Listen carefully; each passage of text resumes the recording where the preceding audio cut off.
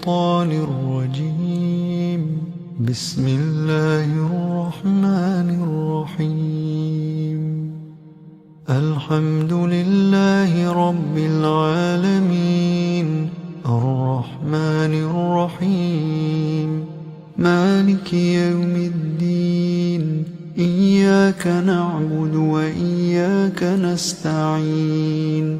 اهدنا الصراط المستقيم، صراط الذين أنعمت عليهم غير المغضوب عليهم ولا الضالين.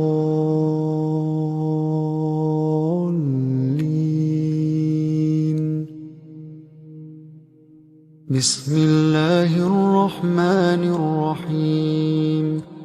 الله لا إله إلا هو الحي القيوم، لا تأخذه سنة ولا نوم، له ما في السماوات وما في الأرض.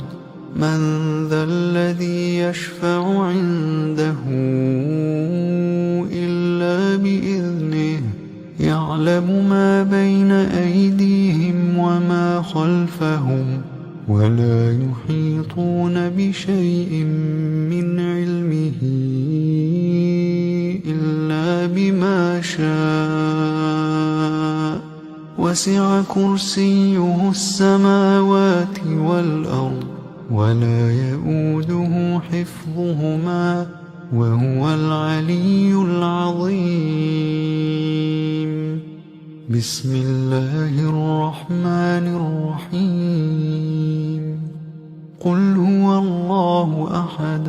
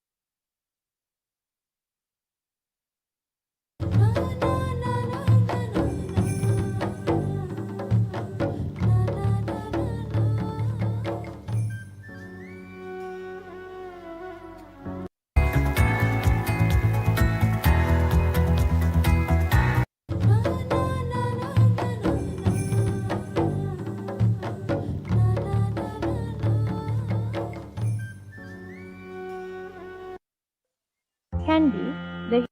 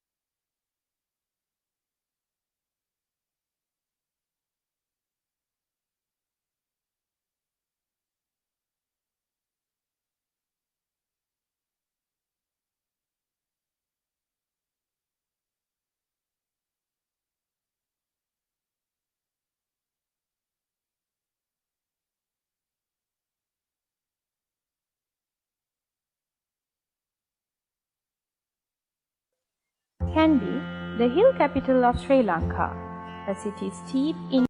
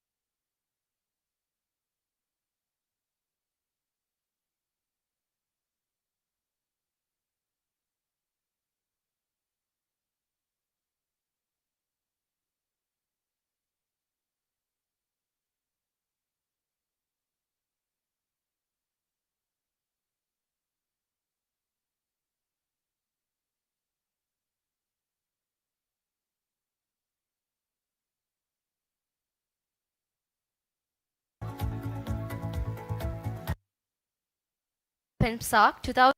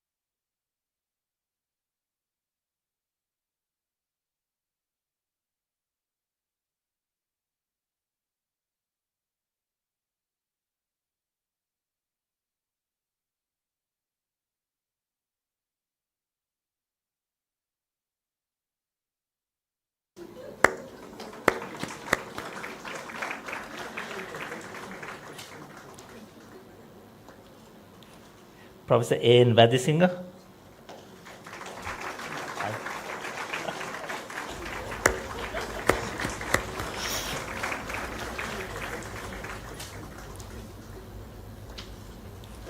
Professor A.N. Vadisinger.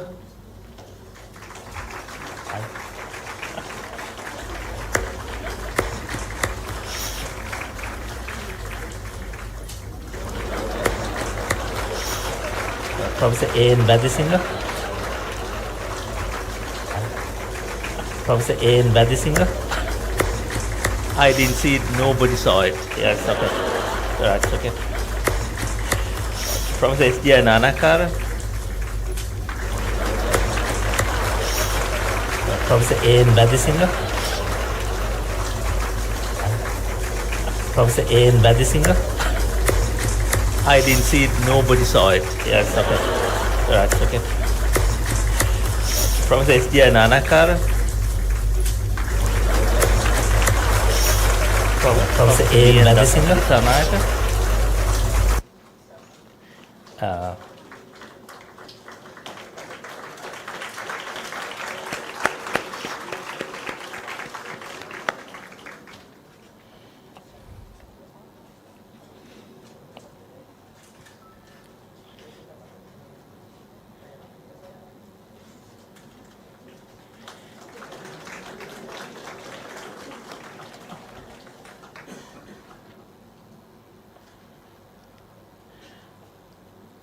Professor L.V.C. Lianapatirana.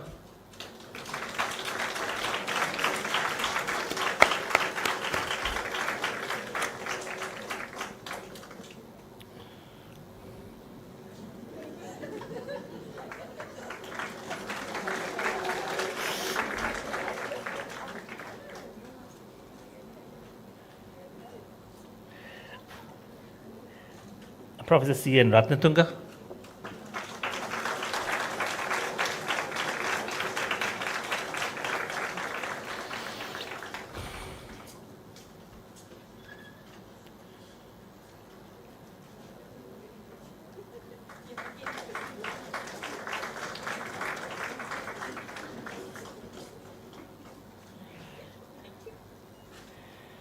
Professor W.M.S. and K. Navaratna. Now who's going to... Ah, yeah, okay. All right, okay.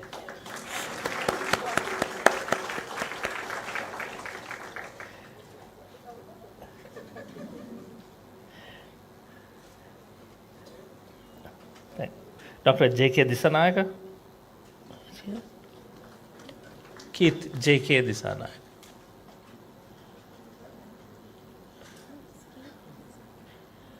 K must be for Kirti. J.K. Disanayaka. That's Jampati, yes, sorry. Dr. J.M.R.P. Bannara.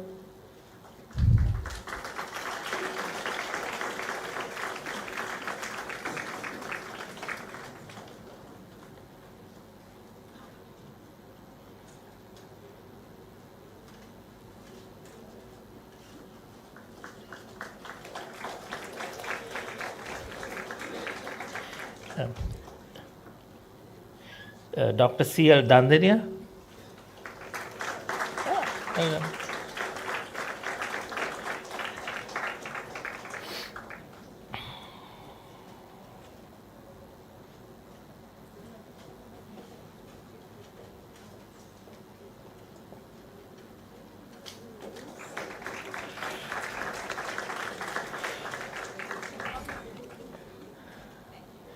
Dr. S.R. Pereira.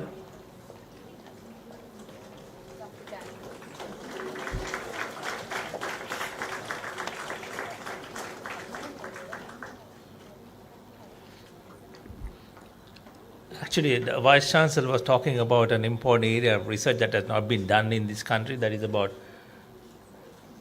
microbiome. Sayuri, I'm talking about your project. Vice Chancellor was talking about a project involving gut microbiome, and her PhD exactly on that. She's doing a randomized control trial, trying to see if that works in reducing depression. Thank you. Dr. H.D.W.S. Kudagamana.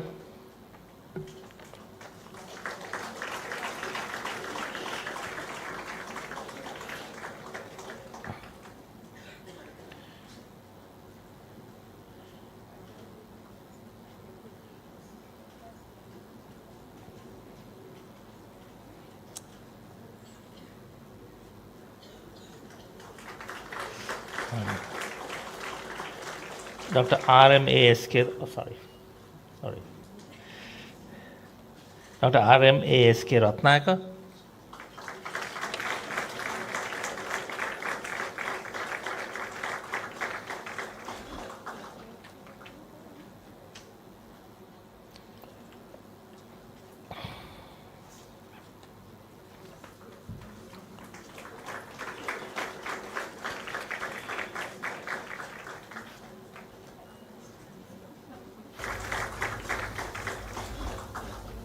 Dr. C.G.K. Amiyangwada.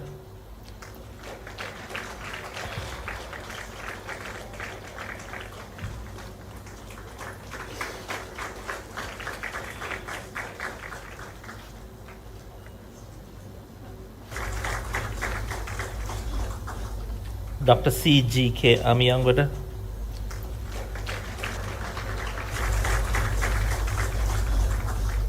Dr. C.G.K. Amiyangwada.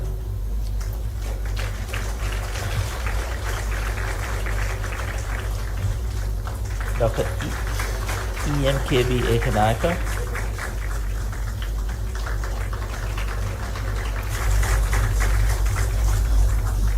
Dr. C.G.K. Amiyangwada. J.K. Disanayaka.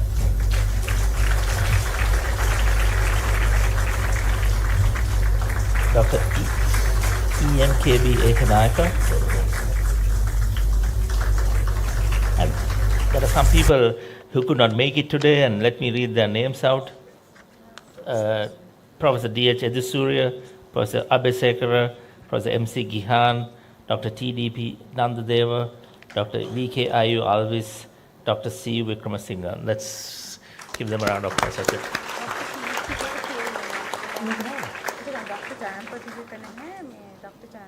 B in this one.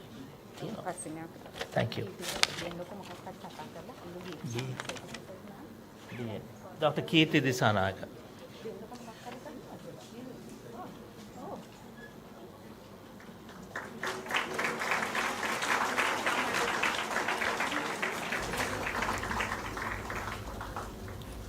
Professor A.N. Vadisinghe.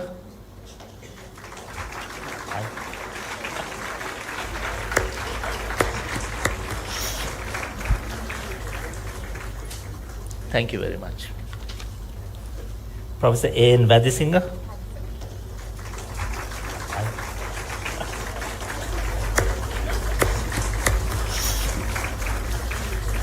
Thank you, sir, and thank you, madam. And our heartiest Professor congratulations A.N. to all the awardees. And now, Professor A.N. Vadisinghe. we now invite I Dr. didn't see Sairi it, nobody Pereira, saw it. the Conference Yes, okay. Secretary of Right, PeMSARC' 2025, to introduce Professor the S.J. keynote Nanakara. speaker for this year's conference. Professor A.N. Vadisinghe. Professor A.N. Vadisinghe. I didn't see it, nobody saw it. Yes, okay. Right, okay. Professor S.J. Nanakara. Professor A.N. Vadisinghe. And the Carter Chair in Medicine at the University of Colombo. He is also an honorary consultant physician at the Colombo North Teaching Hospital, Raghu. He is the consultant in charge at the Adolescent and Adult Thalassemia Care Unit. Charge and the Carter Chair Hemoglobinopathy Reference Center, University of Colombo, both located at Colombo North. Also an honorary consultant physician at the Colombo North. He is an examiner at undergraduate and postgraduate examinations. Following his education at Trinity College in Kandy, he entered the University of Peradeniya, and thereafter, during his remarkable journey, he did his MD in medicine in the University of Colombo, and he was awarded the John Stokes Gold Medal for the best performance at MD Medicine. He is a member and fellow of the Royal College of Physicians, London. He has a DPhil, which is a PhD from the University of Oxford in the field of hemoglobinopathies, that was at the Green College, Oxford. His areas of research interest continue to include hemoglobin disorders and iron metabolism disorders. He has managed to secure more than 10 prizes and gold medals for his academic excellence when he was an undergraduate here at the University of Peradeniya. Moving on to prizes and awards he received thereafter, there are countless, but they include several papers which were awarded the prize for the best paper at several highly prestigious academic events. He has delivered several orations. The one closest to his heart, I'm sure, was the PeMSARC' 2018 Congress lecture oration titled When Genes Talk, the Story of Thalassemia in Sri Lanka. He has been awarded Presidential Awards of Merit for his contributions to scientific research 17 times since 1999, and he carries a citation index exceeding 3,000 with a net index of 28. With 286 or more publications in local and international journals, it is a testament to his passion for research. Sir, it is an honor to have you with us this morning. Let me warmly welcome you to the podium to deliver your keynote address.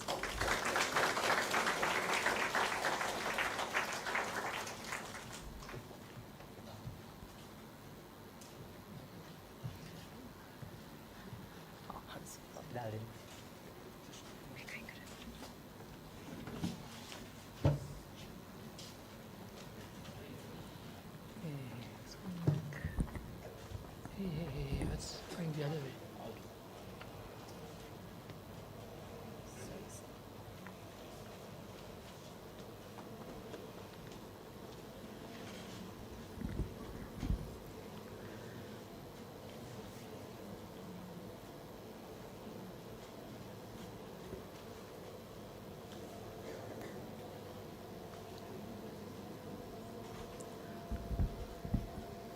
Good morning, ladies and gentlemen.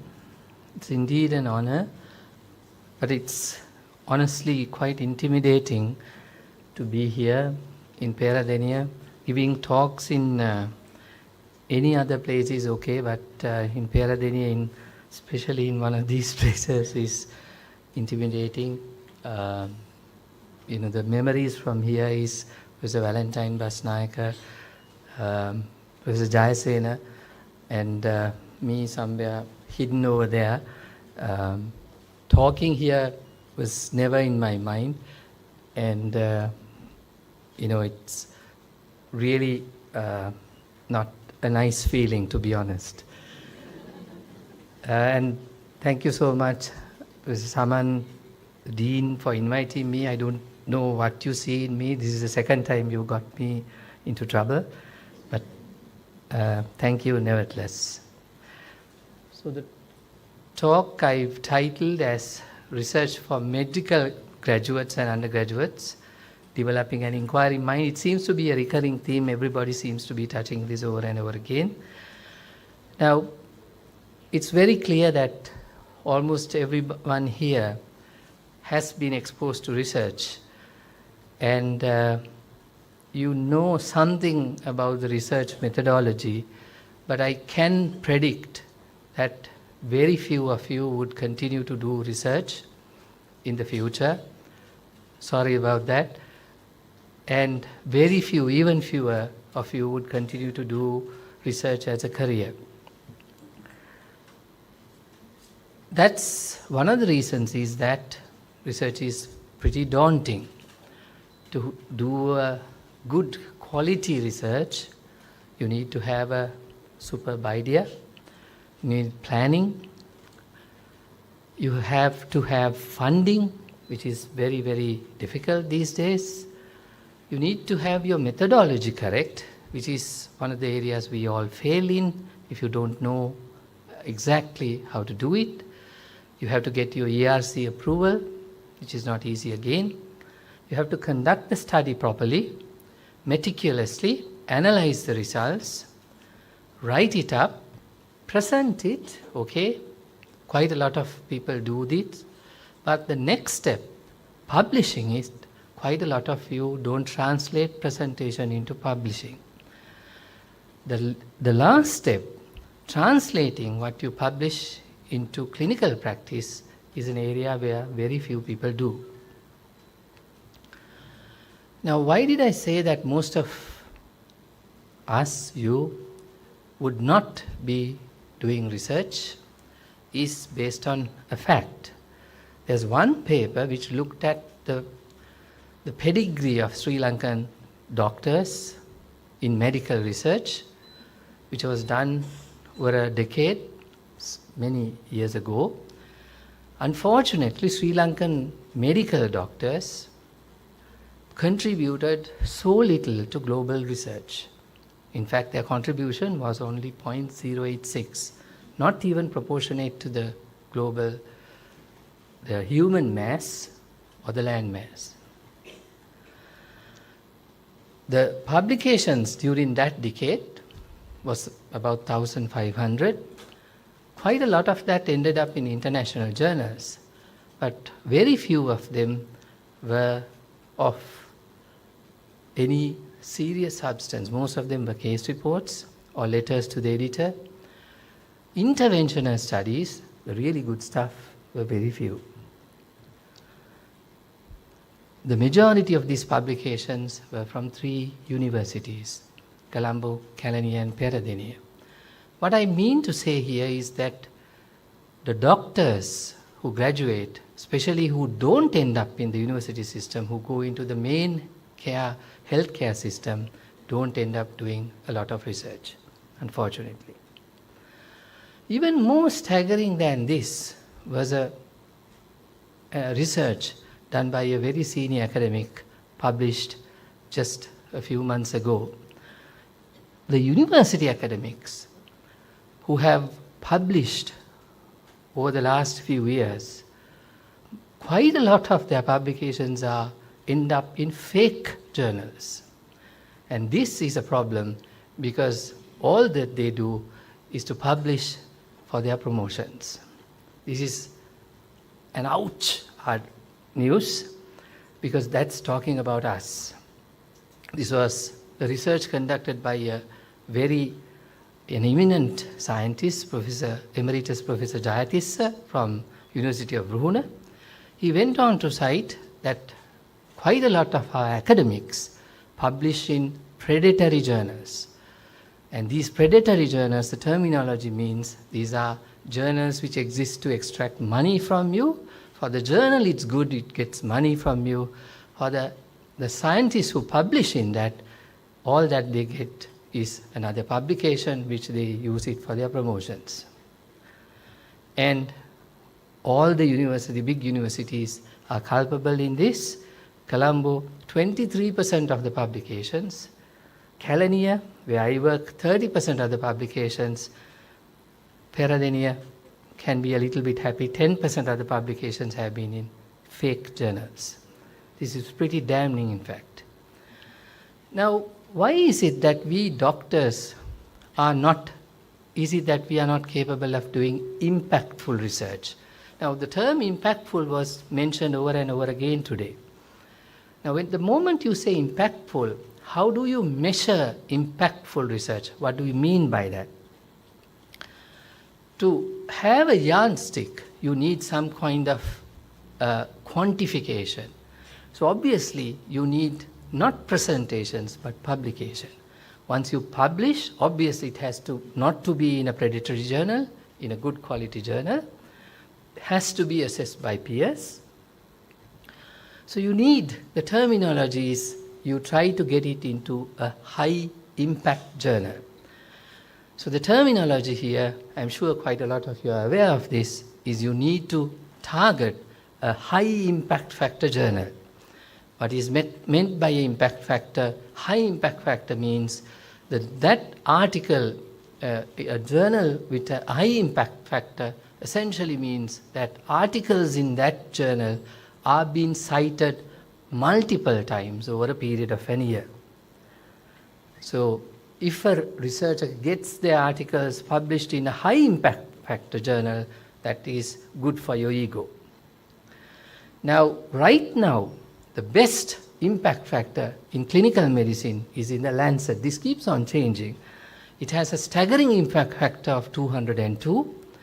It has overtaken New England Journal of Medicine with the impact factor which is 176.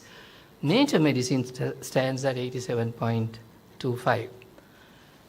If these numbers mean nothing to you, for comparison, the impact factor of the most prestigious Sri Lankan journal, Ceylon Medical Journal, is 0.3. Now, this is not trying to demean the Ceylonese medical journal. This is just so that you can compare and understand how difficult it must be to get an article in the Lancet. Getting an article in CMJ is very difficult. So if you get an article in the Lancet, you could fly high. Now that's about the journal. What about the researcher's profile? A researcher's profile, your ego profile, is based on, again, a scoring system which is measured by, again, you need a yardstick. The yardstick which is used most widely is what is called the H index or the Hirsch index, named after the man who invented this, Jörg Hirsch, an American physicist. This essentially means how many times your article has been cited over a period. For example, if you say your H index is 20, 20 of your articles have been cited 20 times. Now these are the top guys in Ceylon. One of these chaps is seated here.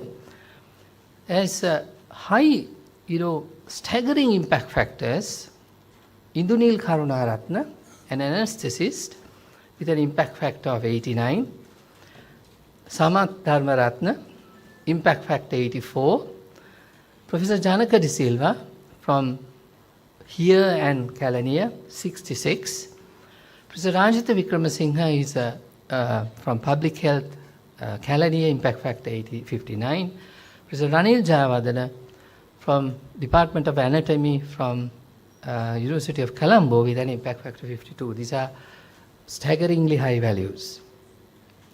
Now, these are very important. Impact factor is very important, especially if you want to compare and contrast. How good is this chap over a lifetime of research, how much they have done. But it must be remembered that they do not always measure their research capabilities. Because for some people, they don't actually do research, they are research managers. But over a period of time, they continue to have a very high impact factor, but they actually don't do research.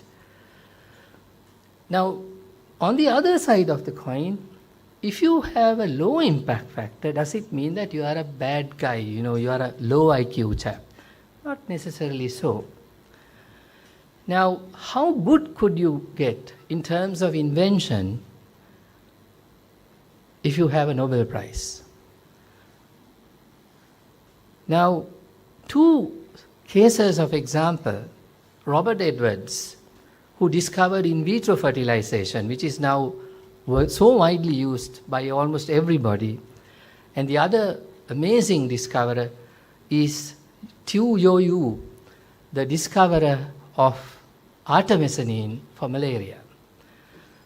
They won the Nobel Prize for Physiology and Medicine in 2010 and 2015 respectively.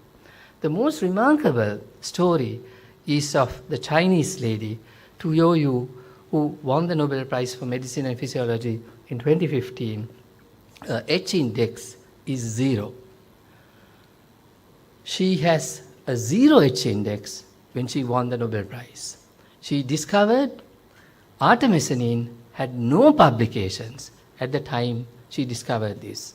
She had no PhD, she didn't have a doctorate, but the discovery was so immense, life-changing for so many millions of people, she won the Nobel Prize. So H index is not the be-all and end-all of everything. If you don't believe this, this is the H index of all the scientists who won the Nobel Prize for Medicine and Physiology.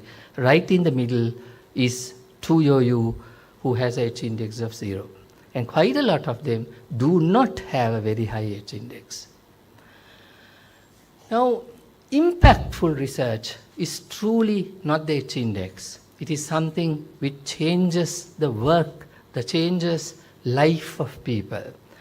Let me narrate a story of two people, the story of Barry Marshall and Robin Warren, two Aussies from Perth. Quite a lot of you probably already know them. How many of you have heard their story? These men, the story is from the 1980s, time that I was a medical student here. Now the story is about peptic ulcer. Now in the 80s or before 1980s, peptic ulcer was considered a disease of acid, alcohol, spices and stress. And peptic ulcer was a realm of the surgeons. It was never taught by the physicians, it was taught by the surgeons, and the standard treatment for most of peptic ulcer was gastrectomy, gastroduodenectomy. And it remained a chronic disease. Now, Barry Marshall and Warren were no researchers. Barry Marshall was a gastroenterologist and Warren was a pathologist. And Warren was noticing something very, very odd. He was looking at the histology specimens he was receiving from Barry Marshall in Perth. He was noticing that there was this curious organism, something which looked like an organism, which he identified positively as a bacteria, a gram-negative bacteria.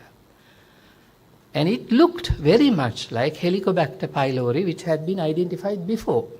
He didn't discover this. Helicobacter pylori had been described almost 30 years ago. But it was rather curious. For Helicobacter pylori, which was in the gut, which was causing peptic ulcer, the treatment was not antibiotics, but was surgery. So he discussed this with Barry Marshall and decided, the two of them together decided to start treating these patients with antibiotics. And not so surprisingly, patients started recovering. But when they started discussing this and started presenting them and started writing this up, time after time, these cases were rejected. Why? Because that went against the traditional teaching belief at that time. Because how could a bacteria survive in this extremely acidic gut? So this was against the belief of science. So this was a huge obstacle to these scientists. They were not scientists, they were just simple clinicians. So it was so frustrating to Marshall, particularly because he was seeing results of this treatment. So he decided to take science onto himself. He developed a broth of the bacteria produced by Warren and drank it himself. So it was almost a suicidal attempt. He realized that if he drank the broth of bacteria, he should get peptic ulcers in about a month. But much to his horror, he developed symptoms within about 3 days. And he ended up in hospital. And then he could treat himself. And within about a week, he got better. And here was a case, a perfectly well man who had no symptoms of peptic ulcer, drinks the bacteria, gets the symptoms, treats himself, and gets better. And now they wrote it up. And again, they were rejected. Because by now, the scientific community labeled them as mavericks and snake charmers, because that practice couldn't be accepted by publications. Because scientists treating themselves is against all ethical practices. So, yet again, there was so much of proof by the scientific community in Australia and the world, obviously not the world because Australia had to approve it first, was not willing to listen to this. 15 years later, an Australian tabloid paper, the Herald, published this, saying the maverick doctor drinks a bacterial broth, gets an ulcer and cures himself. And there was a huge uproar amongst the Aussies, and the Australian doctors suddenly had to take notice. And that led to a complete turnaround in public opinion, medical opinion, and in 2005, the two of them ended up winning the Nobel Prize for Medicine and Physiology. And that changed the way we treat peptic ulcer disease in the world. peptic ulcer is treated with antibiotics. And very few cases end up with the surgeons. So this is truly practice changing. This is genuine research.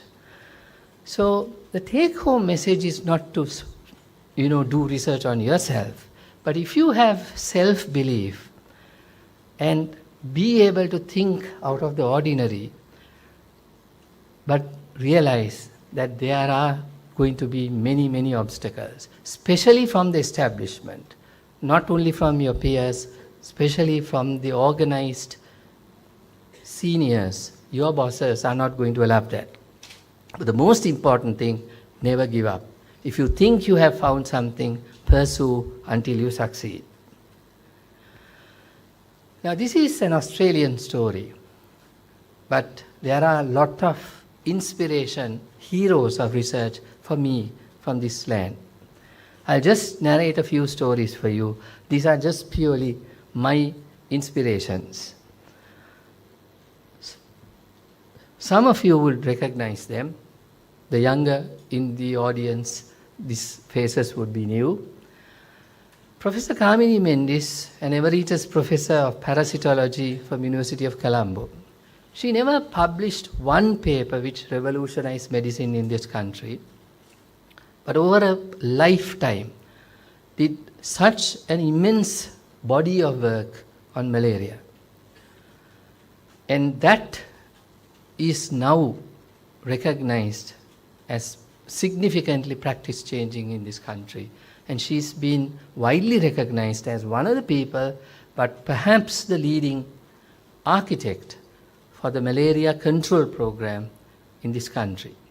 You know, I'm sure, in 2016, Sri Lanka was declared malaria controlled, not malaria free or not eradicated, but we were able to declare that we had controlled malaria in 2016.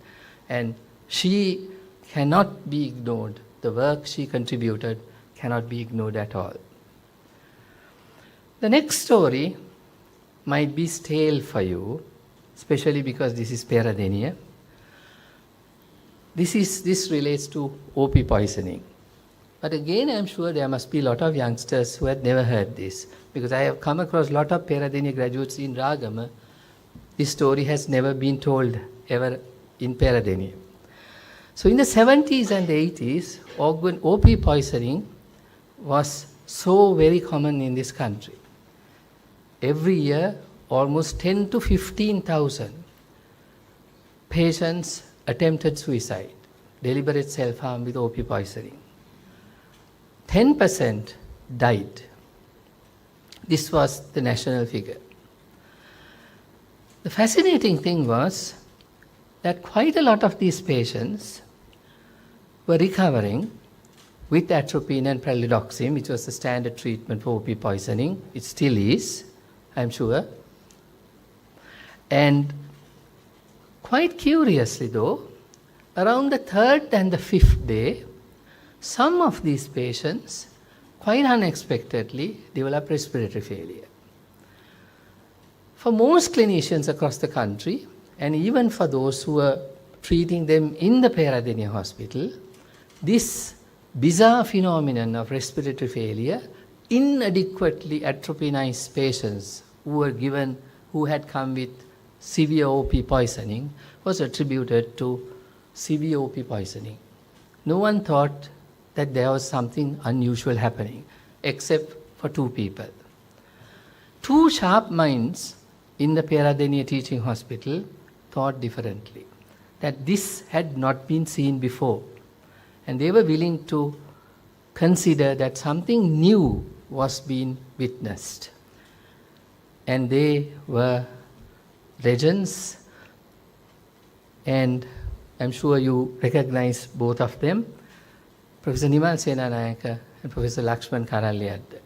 They went on to describe, which put Peradeniya in the map, and described the phenomena which is called the intermediate syndrome of organophosphorus poisoning. Not only did they describe that, they went on to attempt to describe the pathophysiology of this. And made the remarkable publication in the New England Journal of Medicine at that point, which had an amazingly high impact factor, way more than the Lancet in 1987.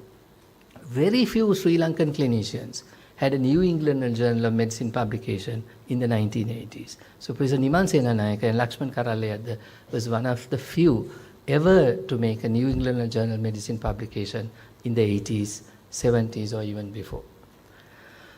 This was in fact groundbreaking research, which has changed the management of OP poisoning forever. Colombo to Peradeniya, from Peradeniya to the northwestern province. Now, chronic kidney disease in Sri Lanka is commonest cause is diabetes. But in the 1990s, clinicians working across the country, particularly in the northwestern province, started to recognize something new. Particularly the farmers in the northwestern province were going down, developing CKD, which had never been noticed before. But then came the bizarre period of science or pseudoscience in this country. Many people jumped the bandwagon trying to explain what was going on.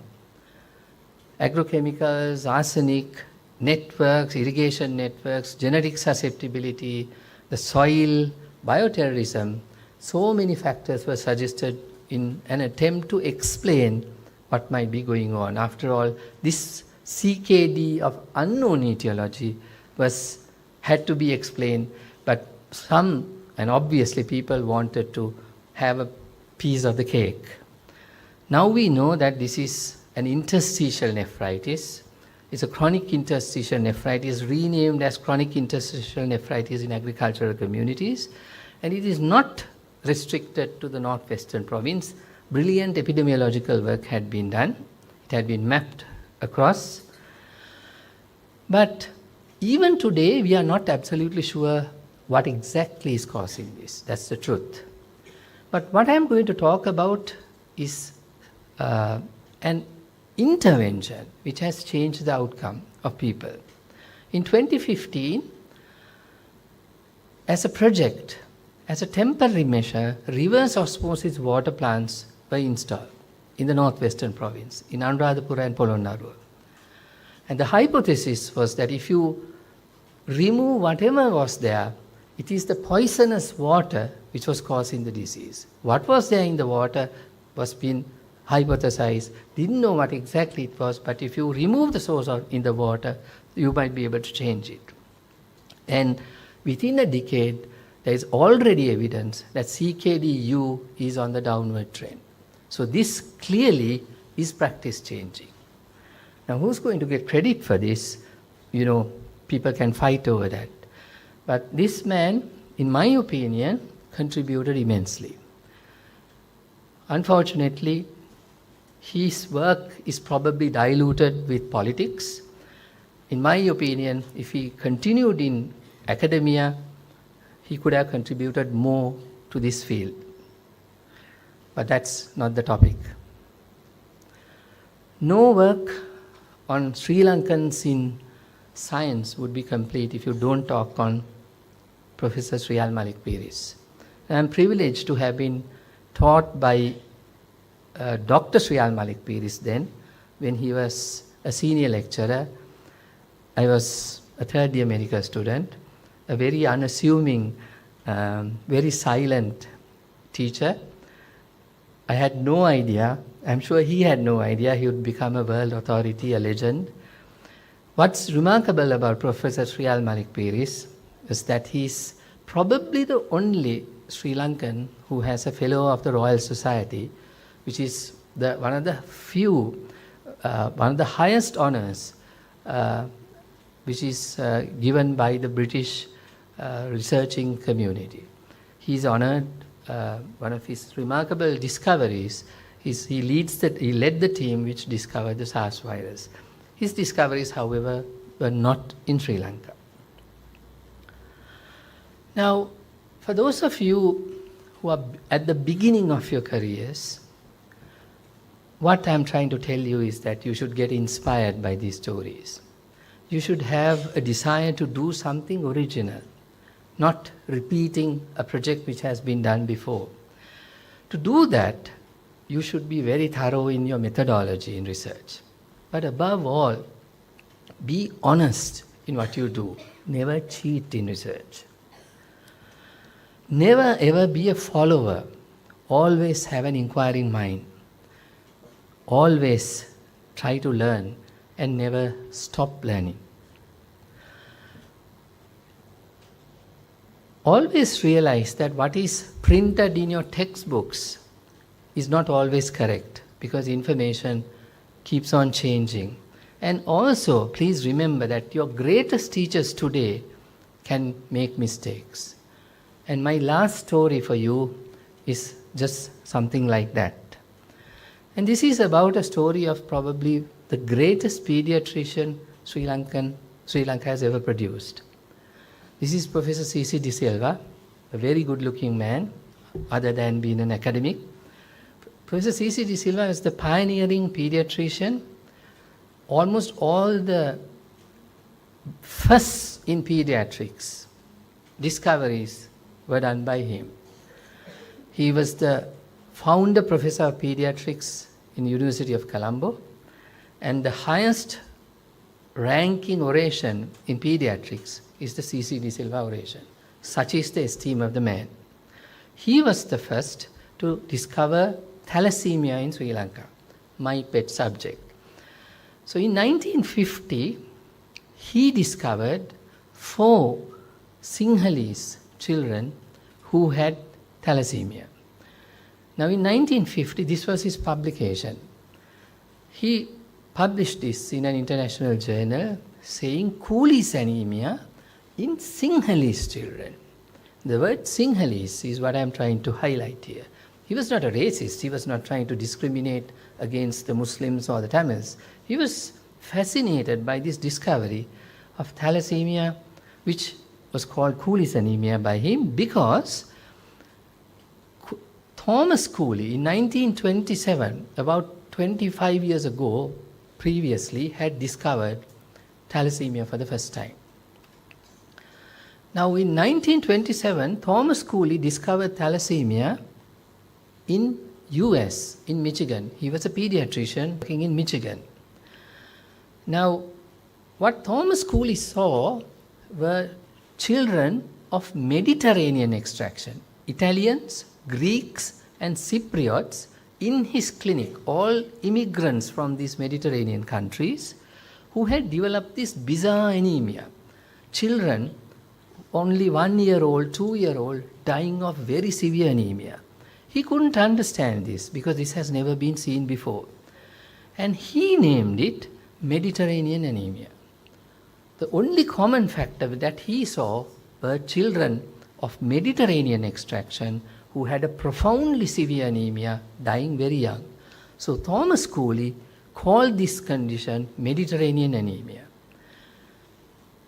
And then people started calling this Cooley's anemia. Subsequently, the disease name changed to thalassemia. Thalas in Greek means the sea. Anemia means lack of blood. The anemia which came from the sea, and the sea they were referring to was the Mediterranean. So in the early 1920s, the 30s, the 40s and the 50s, thalassemia was considered a disease of Mediterranean extraction. So when C.C. De Silva saw Sinhalese children with thalassemia at the Lady Ridgeway Hospital, he was baffled by this. He didn't understand how Sinhalese could have a Mediterranean disease. So he tried to justify this. This is to highlight what I just said. When thalassemia was described in Thailand, Thailand has almost 500,000 thalassemia patients now. The first paper coming out from Thailand said Mediterranean anemia in Thailand. So this was the belief. So what C.C. De Silva did was he tried to justify having thalassemia in Sinhalese children by distorting anthropology. He wrote this work saying that Sinhalese must be of Mediterranean extraction. I'm not trying to belittle this great man, but what I'm trying to tell you is that people can, even the greatest of people can make mistakes, and this could get into your textbooks. So what you read today all depends on what is known at that present time, and knowledge keeps on changing. If Professor C.C. De Silva lived in today's world, he would have known that thalassemia is world over. It is not a Mediterranean disease. He wouldn't have written this.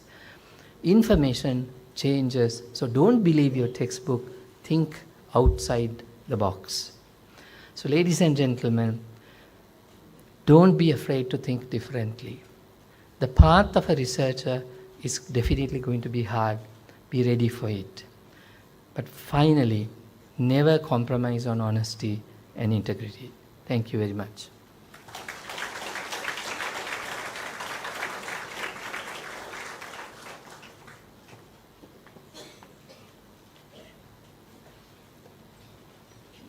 Thank you, sir, for that extremely thought-provoking speech. I'm sure that all those present here today have gained much from hearing those words of wisdom. We kindly request you to remain on stage to receive a small token of appreciation from the Dean of the Faculty of Medicine, Professor Saman Nanayakkara.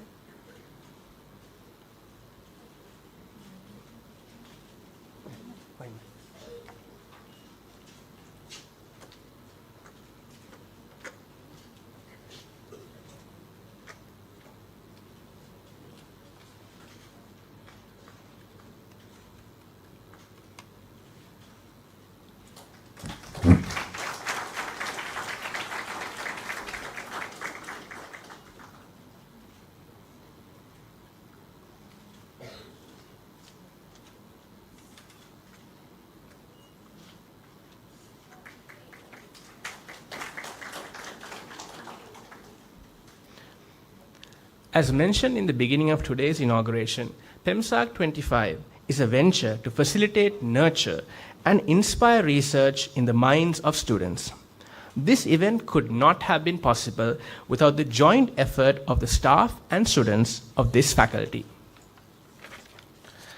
Therefore, I now invite the student chairperson of PeMSARC' 2025, Mr. Jude Melaka, to address the gathering.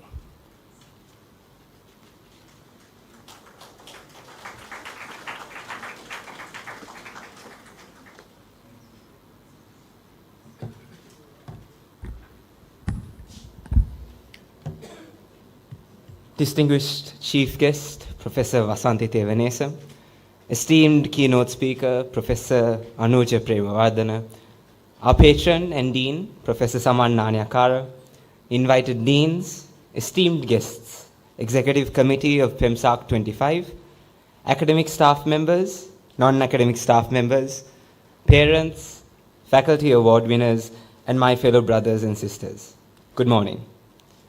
It gives me great privilege and honor to stand before you as the student chair of PeMSARC' 25, an endeavor now in its fourth year, which began as the brainchild of one of our former deans with the enthusiastic agreement of our continuously serving conference chairperson, and which has now become one of the most integral parts of our faculty's calendar. Having grown up quite literally and also figuratively, from my very first year in this faculty, working within the framework and team of amazing individuals that have resulted in 3, and with this year, 4 supreme years of research dissemination, I can confidently tell you that the success and beauty of this gathering results from the unparalleled cooperation between the staff and students of this faculty that creates something quite unique and noteworthy. This year's PeMSARC has been no different.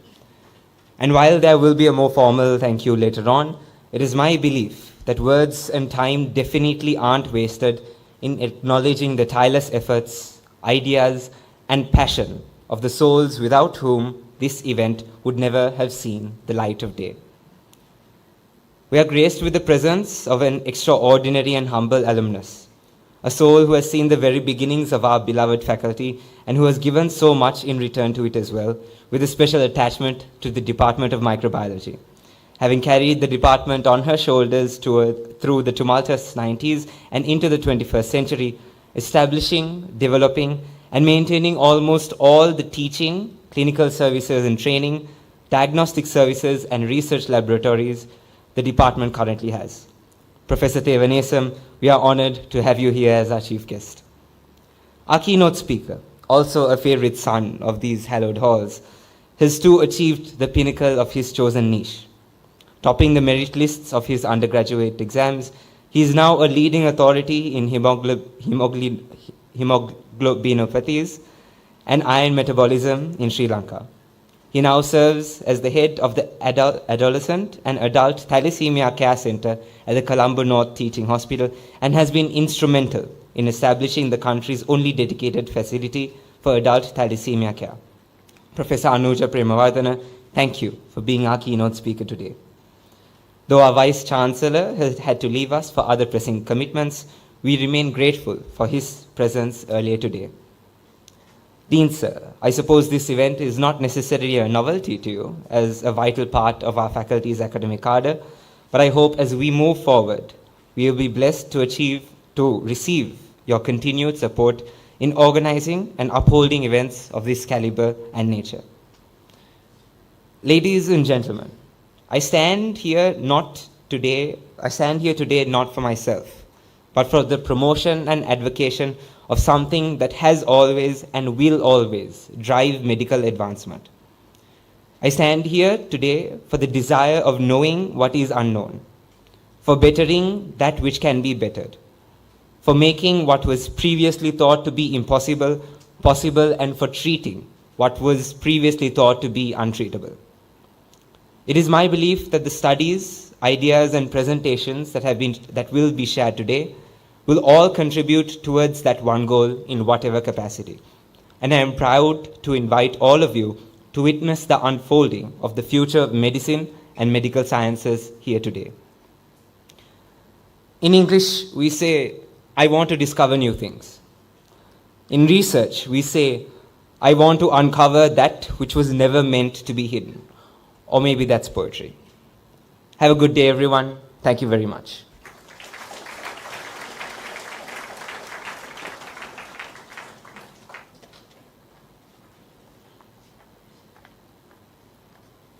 To conclude today's session, I now cordially invite the Conference Secretary of PeMSARC'25, Dr. Sairi Pereira, to deliver the vote of thanks.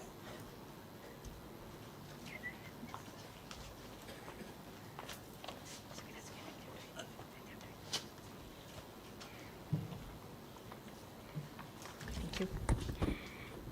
Good morning. Distinguished Chief Guest, Keynote Speaker, Vice Chancellor, Deputy Vice Chancellor, Deans of other faculties, other distinguished guests, colleagues and students. I stand before you and your tea, so I'll keep it quick. As we come to the conclusion of this morning's inauguration, it is my honor to deliver the vote of thanks on behalf of the organizing committee. I extend our deepest gratitude to our esteemed chief guest, Professor Vasanthi Thevanesam, Emeritus Professor, University of Peradeniya, for being with us this morning and for bestowing upon us all your wonderful words of wisdom. Thank you, Madam. Professor Anuja Premawardana, sir, thank you for your inspiring keynote address. Your valuable insights have significantly contributed to the success of this event and have provided us with much to reflect on. You are a shining example of a Peradeniya alumnus reaching and surpassing other international contemporaries and giants in your field of study. The Vice Chancellor and the Deputy Vice Chancellor, although in absentia, thank you for gracing us with your presence this morning. Thank you, Dean Sir, for instilling encouragement and providing continuous guidance to the organizing committee from day one. A special thanks to all past deans, particularly Professor Vasanthi Pinto, who was the founding dean of the PeMSARC. Thank you, Madam, for your continued support. A heartfelt thanks to our distinguished thematic speakers who will be sharing their expertise and knowledge. Your presentations and discussions are sure to offer us new perspectives and ideas. We are grateful to all the reviewers and judges, particularly those coming in from other faculties and institutions, for helping us with the reviewing and adjudication processes. My sincere thanks to PEMSA UK for sponsoring the pre-Congress workshop and the Candy Society of Medicine for donating the Student Research Prize. A huge thanks to the Technical Resource Center at the Departments of Community Medicine, Department of Surgery, for ensuring that this morning's proceedings and the sessions to follow will run seamlessly. Your expertise and dedication are greatly appreciated. We are indebted to individual academic staff members who contributed to make sure the social event this evening would be an enjoyable one for the students. The Congress chairperson, I have worked with you since our school-going days, and treasurer, as well as the other executive committee members. Thank you for dedicating your time and effort. The pre-interns of the 17-18 batch, I'm confident that your level of dedication, enthusiasm, and attention to detail is beyond par to any of your counterparts in other faculties of medicine locally and globally. Continue to carry these skills forth even after you leave the faculty. In conclusion, a heartfelt thanks to our dedicated student organizing committee, spearheaded by the student chair. You have risen to the occasion with your tireless efforts and meticulous planning. Your hard work behind the scenes, without compromising your academic work, has ensured the smooth execution of this conference. It has also, I hope, instilled in you a thirst for research. As teachers, we await in eager anticipation to the day that one of you will be the keynote speaker at a future PEMSARC conference. On behalf of all the academic staff, let me wish you every success at the presentations that will follow. Have a pleasant day, and thank you.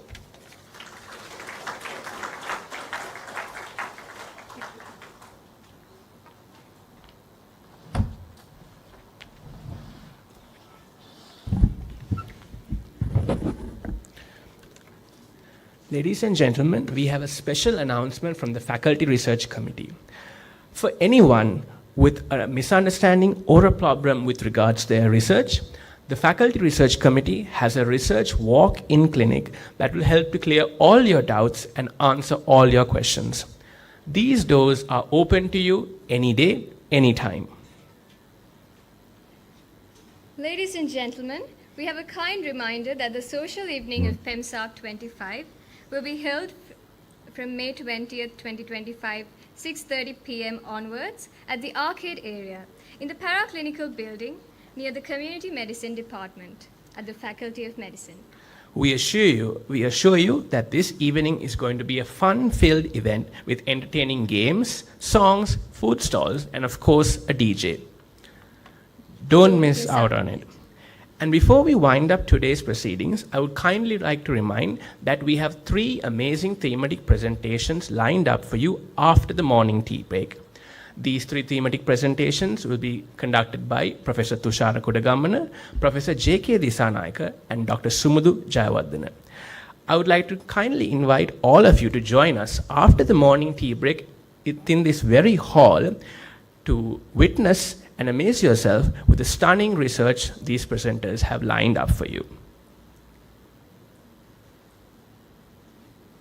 Ladies and gentlemen, in order to conclude the inauguration ceremony of PEMSARC 2025, please rise for the pride of our nation, the national anthem.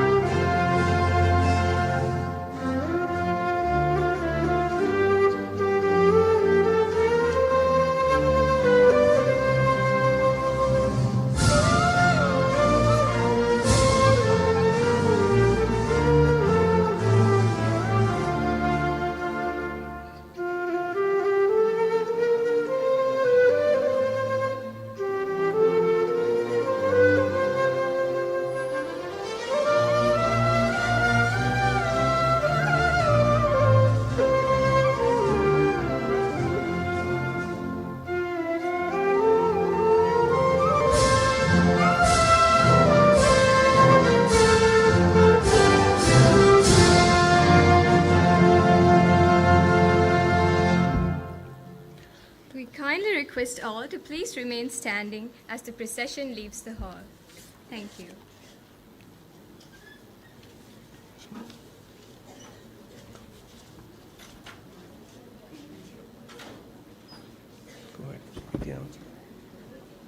And that concludes the inauguration ceremony of PeMSARC'25. We will now be taking a small recess for tea, which will be served for all special invitees, guests, and academic staff at the Lata Mandapir and for the students within the Physiology Lecture Theatre. And before we let you savor the moment, we have a few announcements to make. The QR codes displayed during the breaks are for the direct download of the Book of Abstracts. If you wish to obtain this, scanning the displayed QR code will initiate a direct download for the Book of Abstracts. Following the tea break, we have our thematic presentation session, once again at the Physiology Lecture Theatre, which is this very hall. Please take note that the parallel oral presentation sessions A will be held at the Physiology Lecture Theatre after lunch. Parallel oral presentation sessions B will be hosted at the East Lecture Theatre. Parallel oral presentation C will be hosted at the West Lecture Theatre. Parallel oral presentations D will be hosted at the Community Medicine Tutorial Room. The poster presentations, judging session, will be held from 1:30 p.m. to 2:30 p.m. at the arcade premises near the Department of Community Medicine. But all posters will be displayed until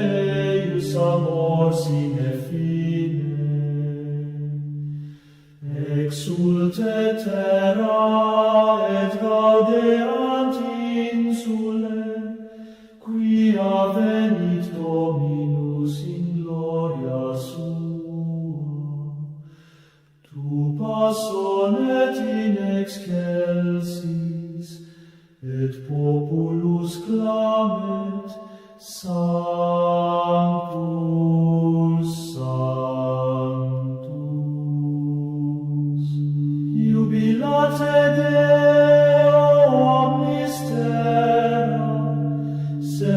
Venite Domino in laetitia, intrate in atria eiuscum hymnis, et confitem in nomini eius.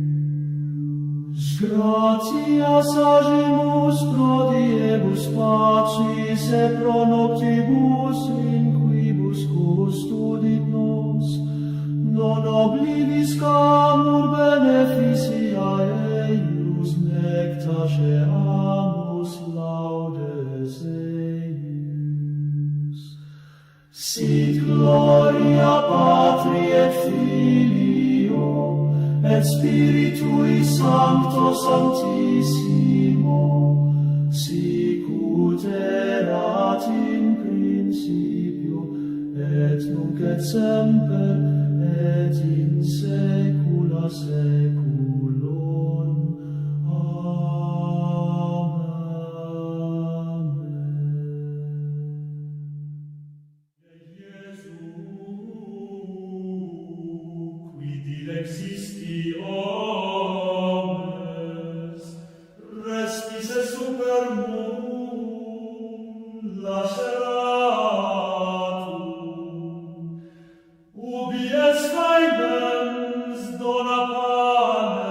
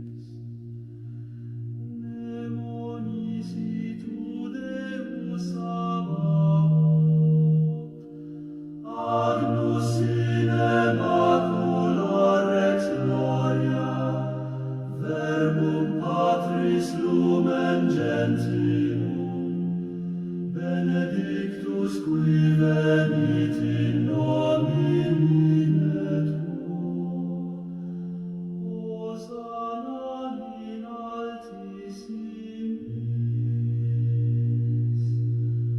Gloria tua replet templum celeste, et angelorum corde adorant, fat nostros vocare nomen tuum, et manere in lumine tuum.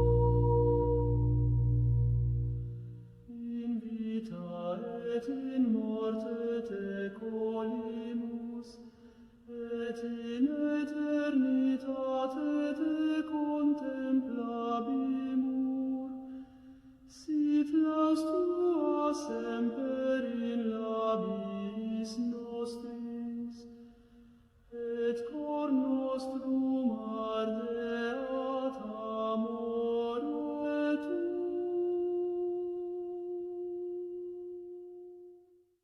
Spiritus Sancti descendit super populum tuum fidelem, splende super nos misericordia,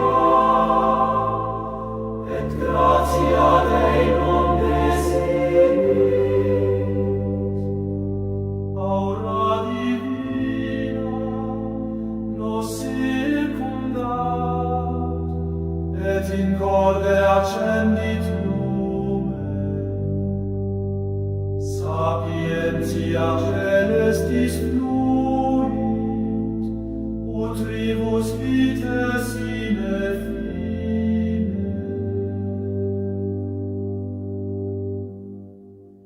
O Sancte Spiritus lumen verum, per te cantamus in harmonia, cor nostrum fit templum sacrum, et vita nostra tibi servit.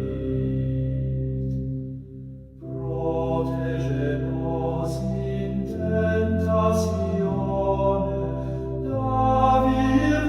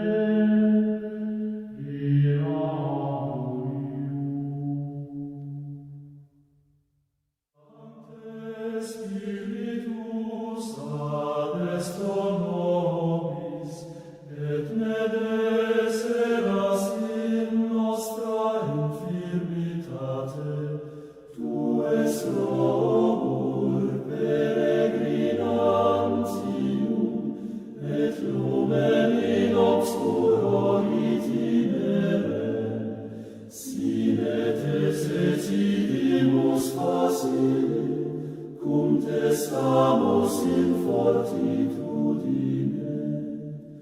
Odi suspiria nostra secreta, et responde in misericordia, cor nostrum sepe est inquietum, donec equiescat in te, tu solus sciscit verum sit, et doces nos via sapientiae.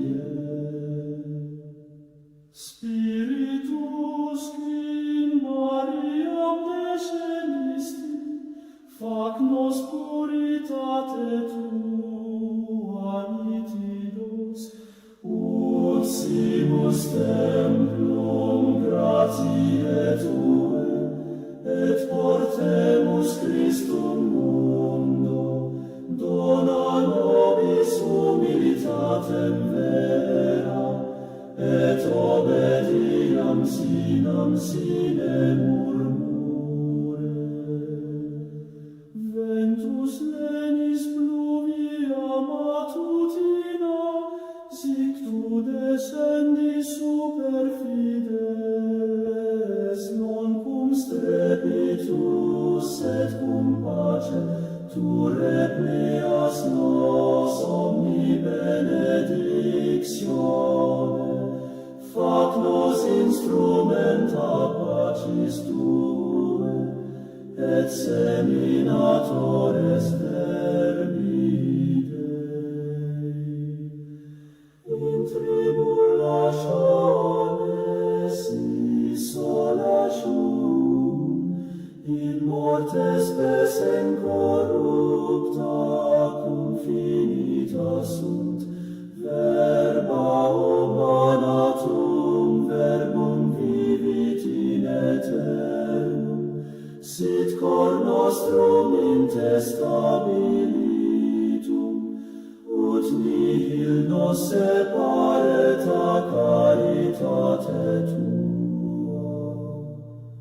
Te glorificamus, Spiritus Sancte, cum Patre et Filio in unitate, lausit tibi in ecclesia sancta, et in vita nostra quotidiana, ut post hanc viam lacrimarum videramus gloriam tuam in cielo. Ius Domini, qui renovas terram, latus minus ex alto venies, tu das vitam omnibus creaturis, et repleas mundum tuum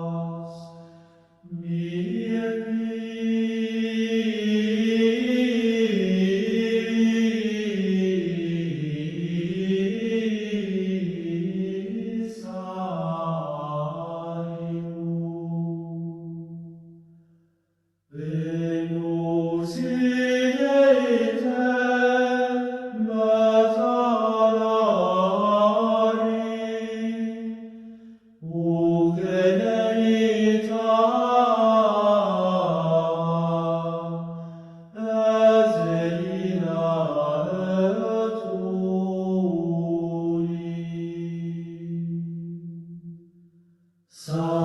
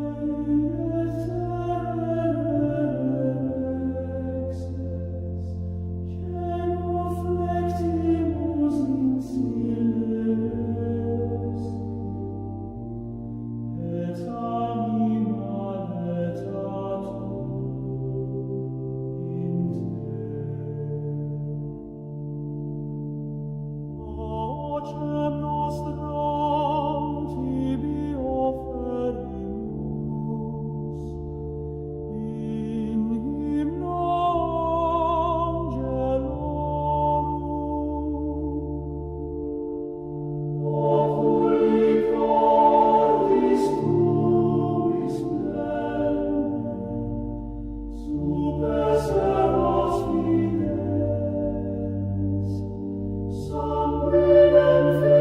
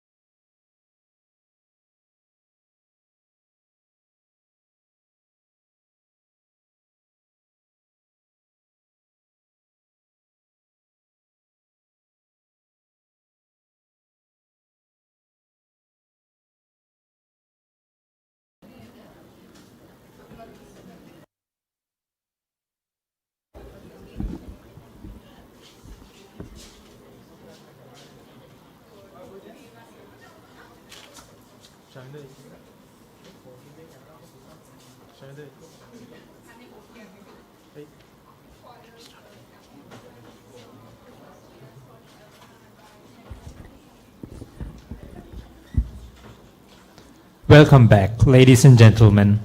We are delighted to begin the next session in today's program, the thematic presentations, featuring a distinguished lineup of speakers here at PeMSARC' 2025.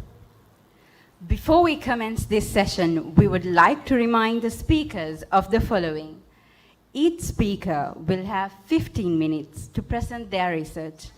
There will be one bell ring at the end of 12 minutes and 2 bell rings at the end of 15 minutes. Mr. Indura will be joining as the timer.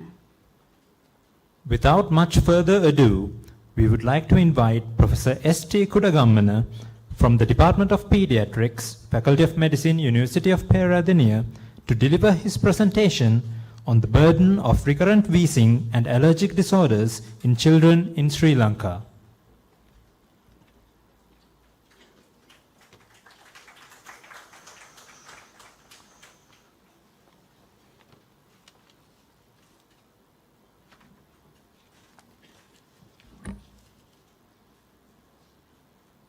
Morning.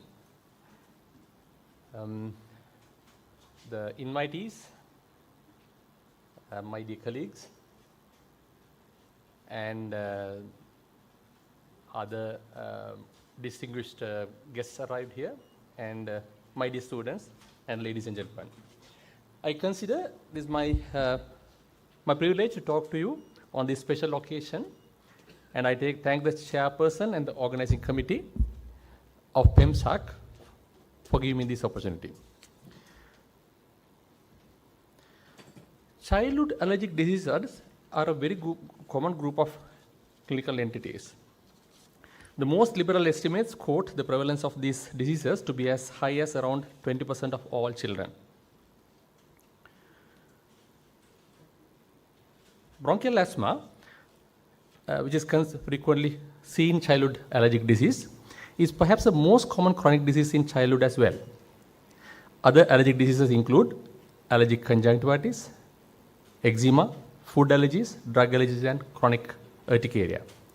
This talk is an attempt to highlight my contributions towards a concerted effort in trying to understand pediatric allergic diseases in children of Sri Lanka, with a special emphasis on wheezing disorders and in a quest towards improving the management of those affected. Etiology of allergic diseases. Why some children develop allergies while others do not is not clearly understood. The current understanding is that a child who is genetically predisposed when exposed to the triggering environmental factors could go on to develop allergic diseases.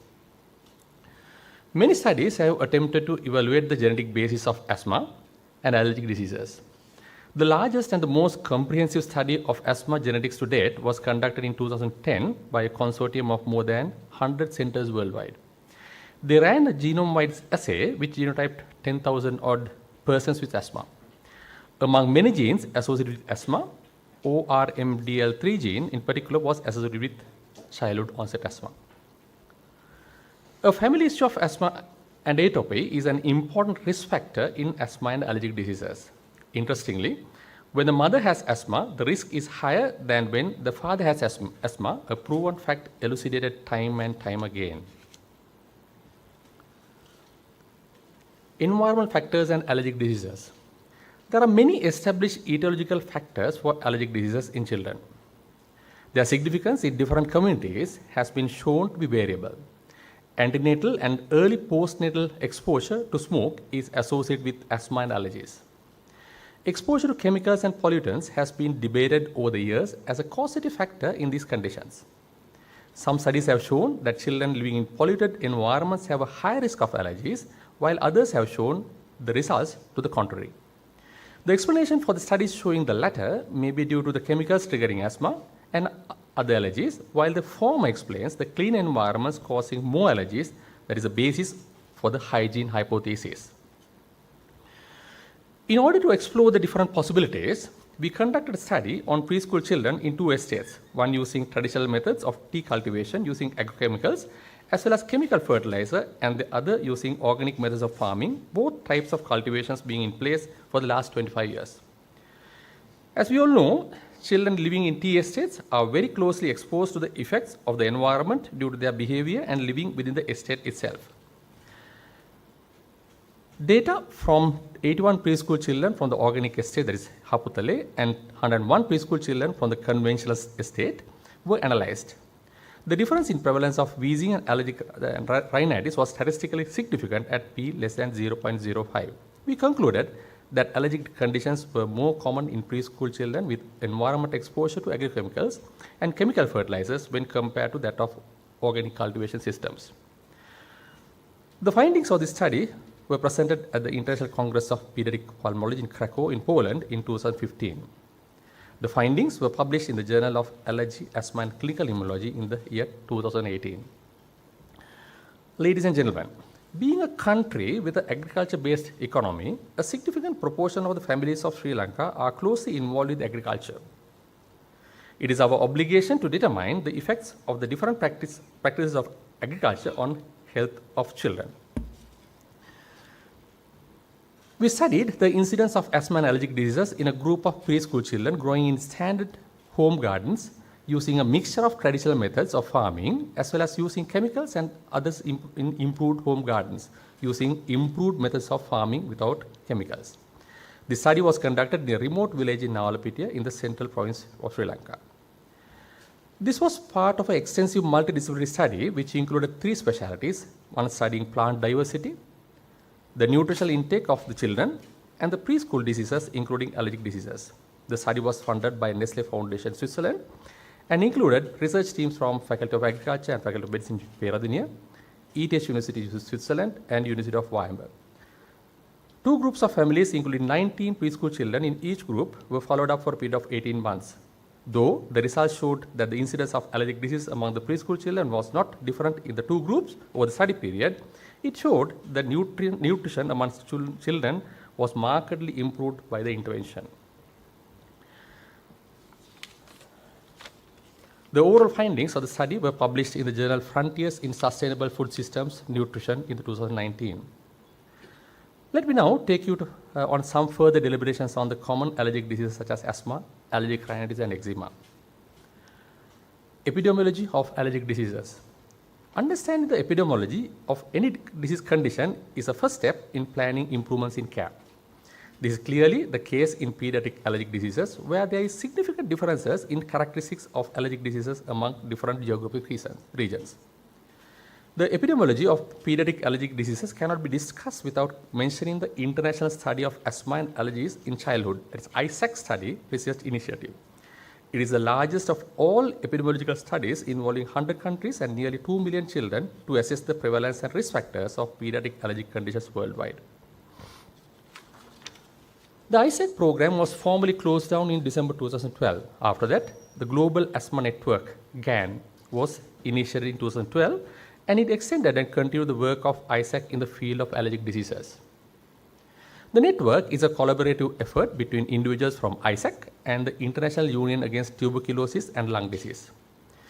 As country collaborators of GAN, I, along with Dr. Jagat Ranasinghe, who is now the consultant pediatrician at Nawalapitiya, conducted a study among school children in Kandy and in Anuradhapura in September to November 2018.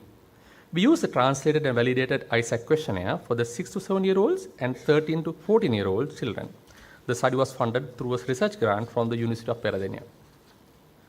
A total of 3,600 children of 6 to 7 years and 4,600 children of 13 to 14 years were recruited. The prevalence of current asthma was 12% among 6 to 7-year-olds and 15% in the 13 to 14-year-olds. The reported prevalence rates of the disease conditions were 9.9 and 10.1 in the 6 to 7 years and 14 point in the Anuradhapura district.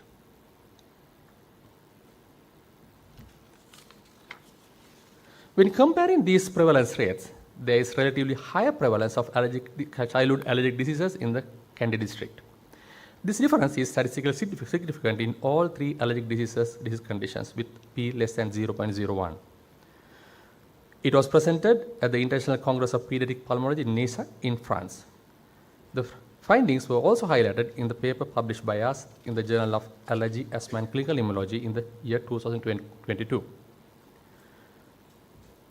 The well-scrutinized Sri Lankan data were shared with GAN study group. These were included in the widely cited article published in the Journal of Clinical Medicine. With this study, ladies and gentlemen, we were able to bring our country into the world map of the prevalence of allergic diseases in the world for the very first time. Management of allergic diseases. Management of allergic diseases includes avoidance surveillance and appropriate use of pharmacotherapy. In the management of asthma, pharmacotherapy is generally categorized as preventers and relievers. The state funds most of these medications for patients, but there are significant supply chain disruptions of these medications. Most of the patients are unable to afford these if they are required to buy these by their own funds. This suggests that the medications might not be available to all deserving pediatric patients, resulting in inadequate control. This hypothesis was tested by an international study with the participant country collaborators of GAN, including Sri Lanka, represented by us. A validated written questionnaire was distributed among schools to 3 age groups, that is 6 to 7-year-olds, adolescents, and adults, that is more than 19 years. In individuals with asthma diagnosed by a doctor, we collated responses on past year asthma medicine usage. Questions on asthma symptoms and health visits were used to define past year symptom severity and extent of asthma control. Overall, 450,000 individuals from 63 centers in 25 countries were included, comprising 101,000 children, with 6.3 of them diagnosed by doctors having asthma and 150,000 adolescents. The proportion of individuals with severe asthma symptoms not taking inhaled corticosteroids was high in both age groups, that is 44% in young children and 60% in adolescents, and was significantly higher in middle to lower income countries like ours. Poor asthma control was associated with low country income and in countries including Sri Lanka versus high income countries, with adjusted odds ratio of 2.3 for younger children and 3.4 for adolescents. The findings of this study highlighted the fact that asthma management and control is frequently inadequate, particularly in low resource settings like Sri Lanka. The findings were published in the journal Lancet Global Health in 2023.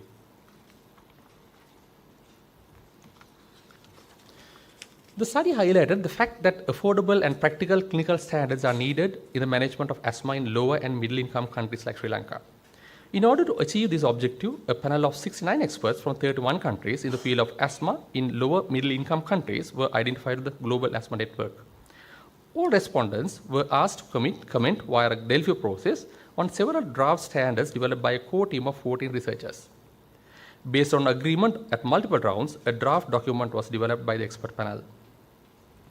The document underwent multiple rounds of revisions, and the final version was approved by consensus. Finally, 18 standards were laid down and were published in the International Journal of Tuberculosis and Lung Disease in 2023.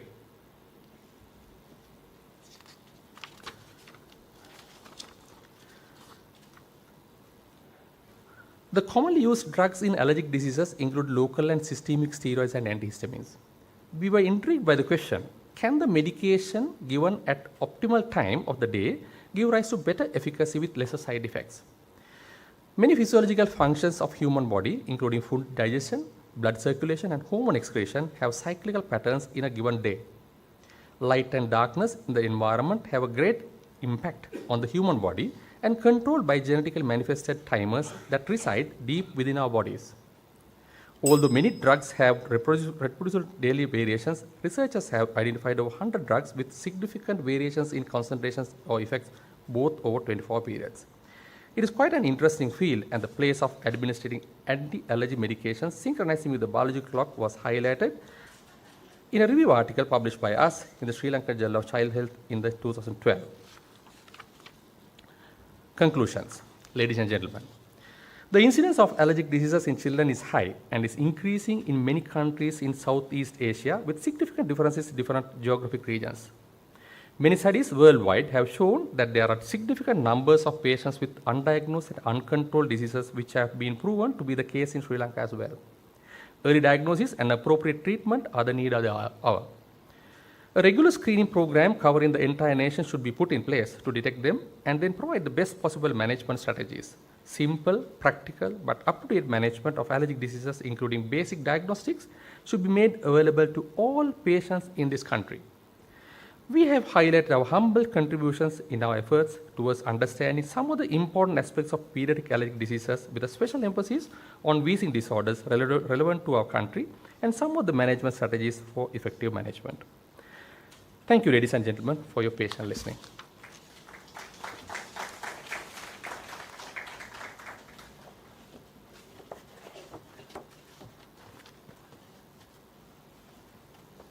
Thank you, sir. We kindly request you to please remain on stage to receive your certificate. We cordially invite Professor Samidhi Navaratna, Conference chairperson of PeMSARC'25, to award the certificate.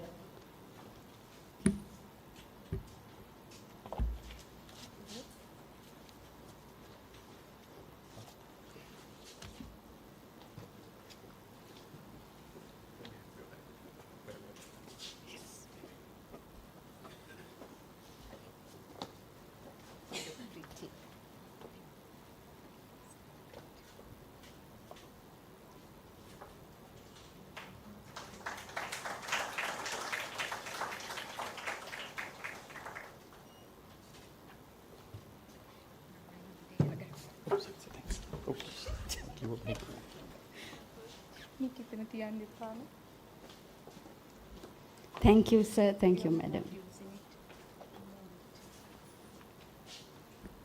We now invite Professor J.K. Disanayake from the Department of Anatomy to deliver her presentation on anatomical variations in a Sri Lankan population, clinical, forensic, and evolutionary insights.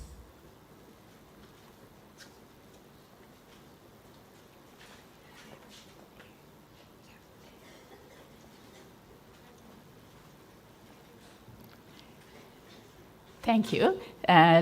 My dear colleagues, my dear students, and the esteemed audience, thank you very much for being here today for these sessions. Today, in this particular aspect, in relation to this thematic research plenary, I would like to bring forward a particular topic which we were kind of doing in a kind of a low phase or in a slow phase, however, not forgetting the importance of that. So basically, when we are talking about anatomy, we cannot forget about anatomical variations, because it has many implications in clinical practice, in areas like forensic science, and also in genetics and in various other fields. So talking about anatomical variations, variations are naturally occurring differences, as you all know. It's in the kind of, maybe if it is a qualitative trait, if you look at it on either sides of the bell-shaped curve. Or in a qualitative trait, it is not within the kind of so-called normal level. Also, the normal trait is also defined by looking at all those variations occurring in particular populations. And the most common one, most commonly occurring variation is taken as the normal one. So when you put the normal thing into another population, maybe it is a variation. So because of that, it is very important to understand these things. So I'm today presenting some of the studies and case reports that we have actually done and published in our department. And also, there were few collaborations though. I will come back to it at the latter part of my presentation. So I'll start with the neurovascular variations, which is very common and also which is very easy to find also. So talking about the neurovascular variations, there are a lot of the arterial variations, venous, and variations related to nerves, which are basically focusing on, we are focusing on the branching patterns and the cause, and in certain instances, their origin. And also, these are actually very critical when it comes to vascular surgeries and other surgical processes and endovascular processes and nerve-related interventions as well. So I will first start with a particular anatomical variation, which we have published in Sri Lanka Journal of Anatomy, which was about the variations of the branching pattern of brachial artery. If you can remember your student days and the students in your dissecting room, you would be dissecting first the upper limb and you would have come across all these things, but most probably we are very ignorant on those things, just like in the student days we were also like that, but now only we have recognized the importance of that. And to see that there are plenty of variations which are actually not reported also, and our prevalences are not reported. So some of our very enthusiastic pre-interns who were there in 2019, they wanted to work with me and they looked into this one. Right? And we have seen, we just went through about 54 upper limb specimens to find out about 5.5% showed variations. It is not a small number though. And in relation to that, the types of variations, if you look into, we have seen, you all know that the brachial artery is branching into the ulna and the radial artery, which is usually in the cubital fossa.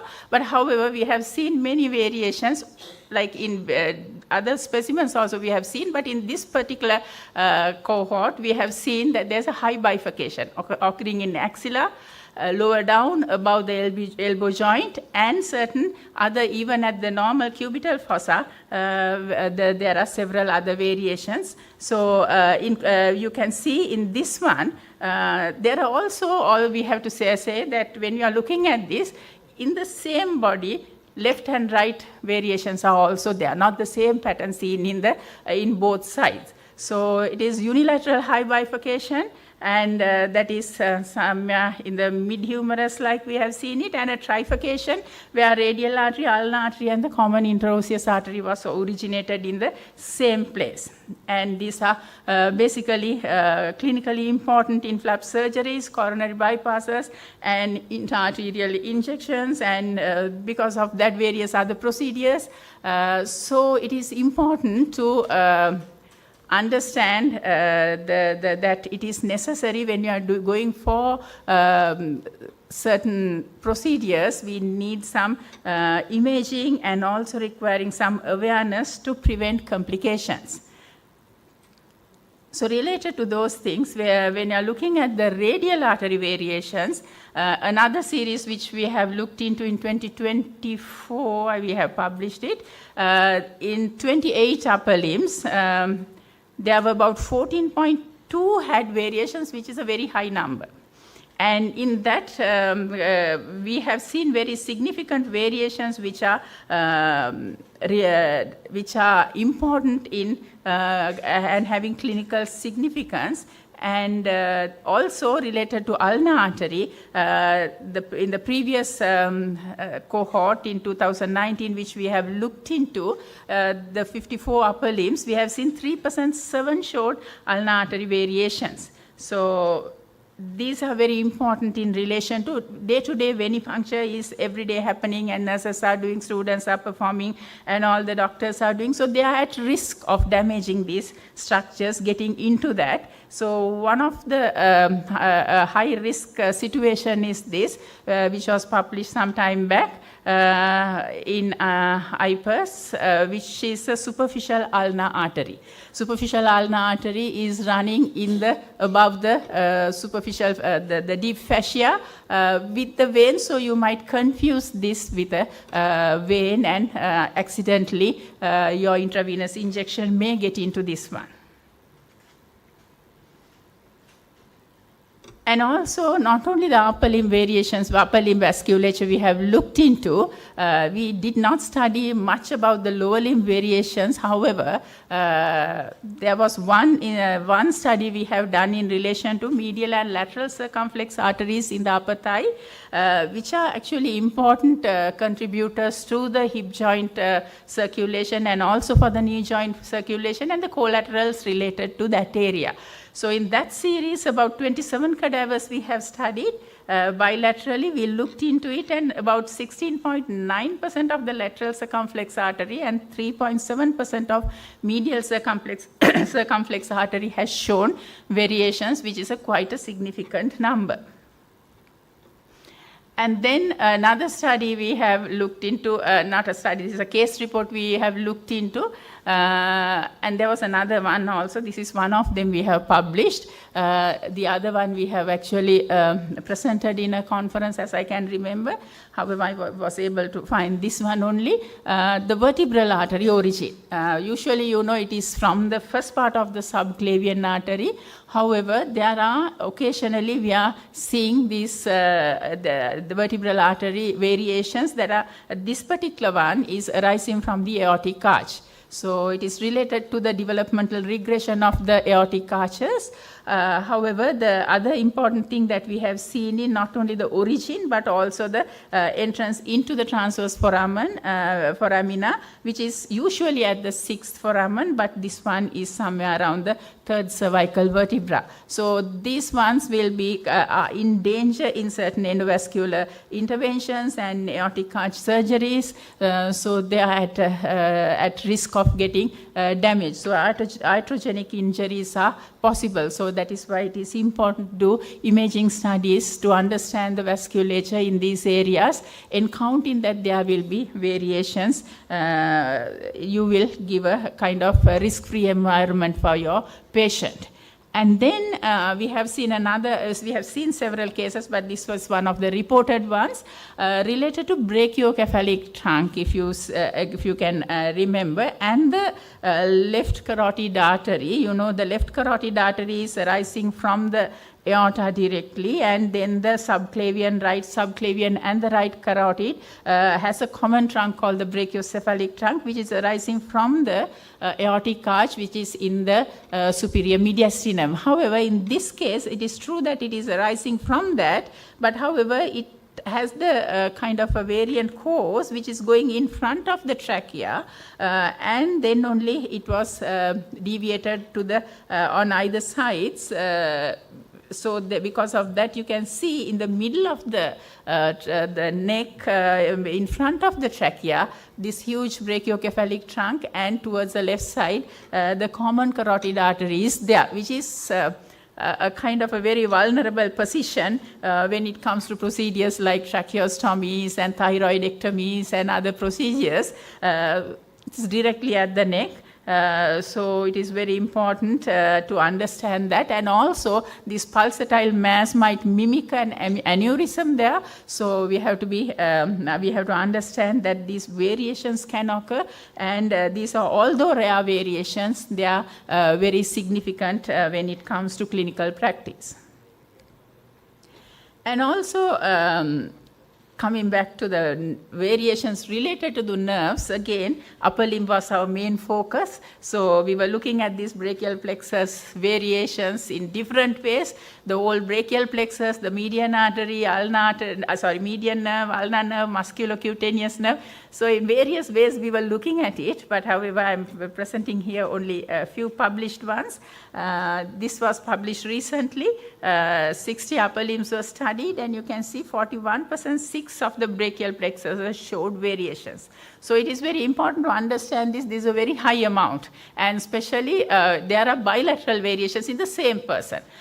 So when it comes to injuries, reconstructions, and when it comes to various other procedures and axillary clearances and various other procedures that are performed in that area, you may encounter accidentally a nerve related, or a root or a trunk which might get damaged accidentally. So it is important when you're, and especially axilla is a very crowded area also, a lot of neurovascular structures are there. So therefore we have to be aware of this particular condition. Brachial plexus is a very variable structure.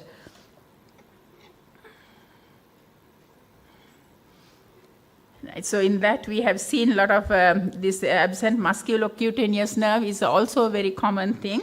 that you may see. You may have seen this when you are dissecting the cadavers also. And also these prefix, postfix plexuses are also there. And then comes to the nervous variations, the sciatic nerve. Especially, we have seen in another series a lot of variations there. And you can see some of the, there is a high division and also going through the piriformis muscle, piriformis syndrome is possible. And then along the course, there may be variations. So again, it is another very important thing, and also related to intramuscular injections. We have seen that it is at risk.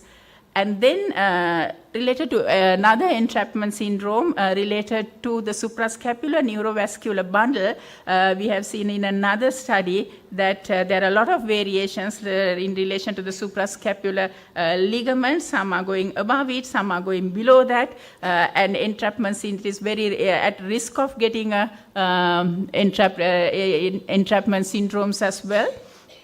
So in relation to those things, we have looked into the muscular variations also. We have done a lot of studies on this peroneus tertius and extensor digitorum longus.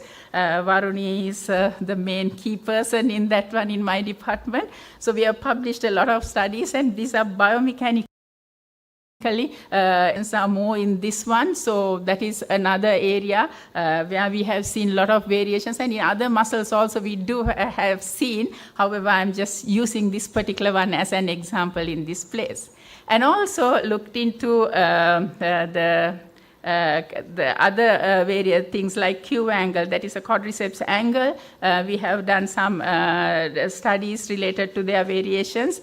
And then comes to the subclavius, which is very important. To rare variations we have seen, subclavius posticus, which is actually going across the thoracic inlet, getting attached to the scapula, causing thoracic inlet syndrome out of about 28, I suppose, 17 cadavers. We have seen 2 subclavius posticus muscles, which are very rare variations, but very commonly seen in our cadavers, which we have not explored after that.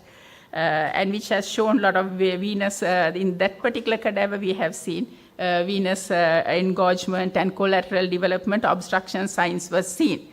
And in also, you all know the palmaris longus muscle, which is a very common muscle, which is actually giving us some evidence about evolutionary perspectives. A vestigial muscle, though, which is well developed in tree-dwelling animals, we have seen absence to well-developed muscles in that series. And also we have looked into skeletal variations also, which are very important in sex determination, which has shown in male and female differences very nicely seen in humerus and femur in relation to both qualitative and quantitative features.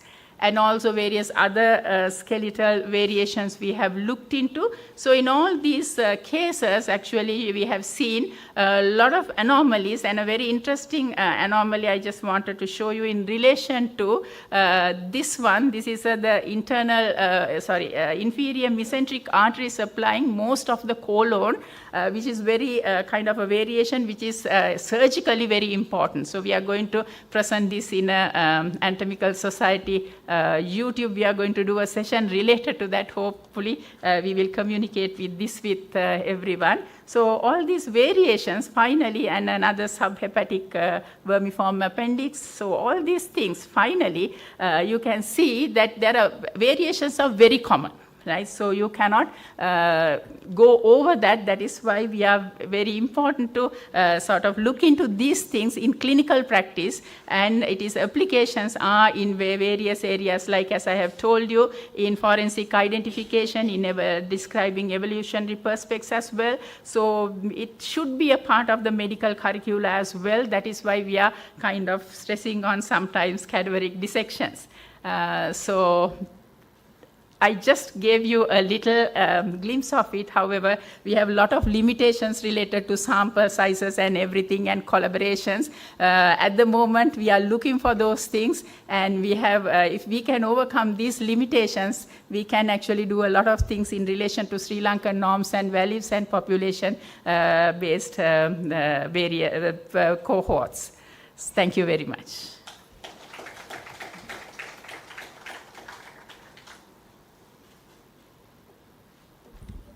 Thank you, Madam. We kindly request you to please remain on stage to receive your certificate. We cordially invite Dr. Sayuri Pereira, the Conference Secretary of PeMSARC 2025, to award the certificate.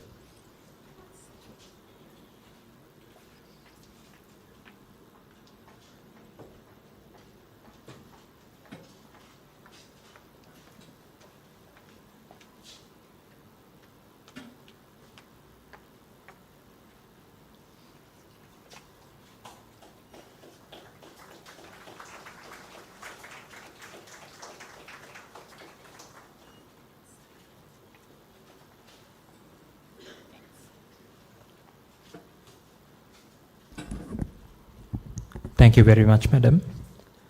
We now invite Dr. WJBSMS Jayawardena from the Department of Anatomy to deliver their presentation on multimodal approach to improving the outcomes of patients with preeclampsia.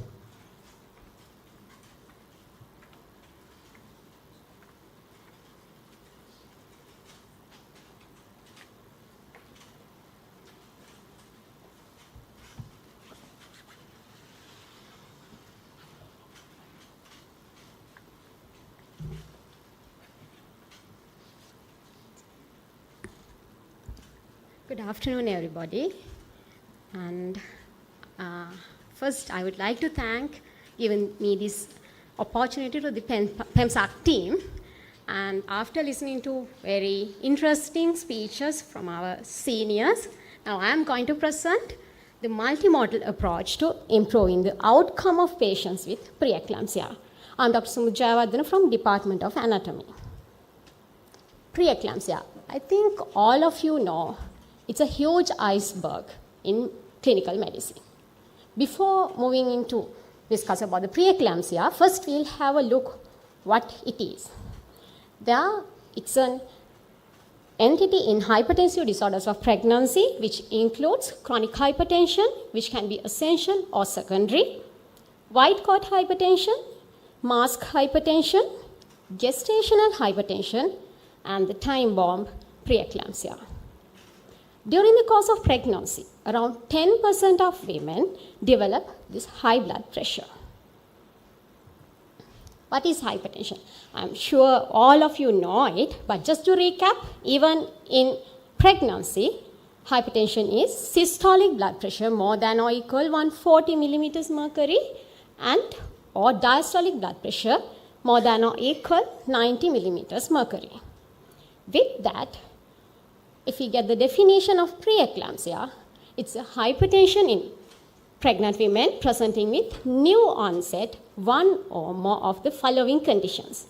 They are proteinuria, maternal organ dysfunction, which can be renal, liver, neurological, hematological involvement, or even pulmonary edema, and uteroplacental dysfunction, which can vary from placental abruption to intrauterine fetal death. So, if a pregnant woman is having hypertension associated with one or more of these things, then we are going to diagnose her as having preeclampsia. So, what is the importance or the burden of this? According to World Health Organization, hypertensive disorders of pregnancy are among the top 5 causes of maternal deaths worldwide. And in Sri Lanka, the number 1 cause of maternal deaths is these hypertensive disorders. As you can see in this chart, around quarter of the maternal deaths occur due to these hypertensive disorders of pregnancy, including preeclampsia. So the patient's knowledge on this disease condition, positive attitudes toward the disease, and practices on prevention and management are very important for better outcome. So identifying the gaps in knowledge regarding hypertensive disorders of pregnancy among pregnant women could help to improve maternity care. If we see the global situation on awareness of this disease entity, even in developed countries like USA and developing countries in African continent, in everywhere, they have noted poor knowledge with regard to hypertensive disorders of pregnancy among pregnant women. And also they have noted that low educational level and low income which was associated with this poor knowledge. So in our multimodal approach, first we thought to explore about this awareness in Sri Lankan situation as well. So for that we chose a pre-tested interviewer administered questionnaire which included demographic information and questions on knowledge which include red flag symptoms of preeclampsia and questions on attitudes and practices related to prevention and management of hypertension. And then the scoring criteria which we used, knowledge score more than 80% we took as good knowledge, and attitude score and practices score more than 50% we have taken as positive attitudes and good practices respectively.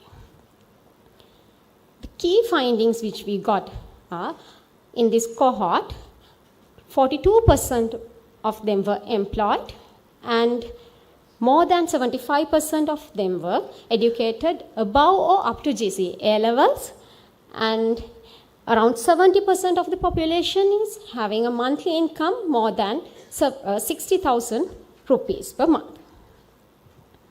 The mean knowledge score of this population is 85%, with majority, that means 74%, having good knowledge scores. When we inquire about the red flag symptoms of preeclampsia from these patients, sudden swelling of face and limbs, severe pain just below the ribs, problems with vision, and severe headache were noted by more than 80% of the pregnant women as red flag symptoms. Vomiting is the only symptom where many patients thought that it as a normal or a physiological condition even in hypertensive patients. And only 46% of them identified all red flag symptoms of preeclampsia. We noted higher education level and higher monthly income associated with better knowledge scores. As you can see in these graphs, women educated up to about GCA levels had a good knowledge score, around 80% of this population. And again, another 80% of the population with high monthly income has acquired good knowledge scores in them. And we noted 100% of them had positive attitudes towards the disease. But surprisingly, only 22% of this population adhere to good practices. And there were no significant associations identified between demographic factors and attitudes or practices.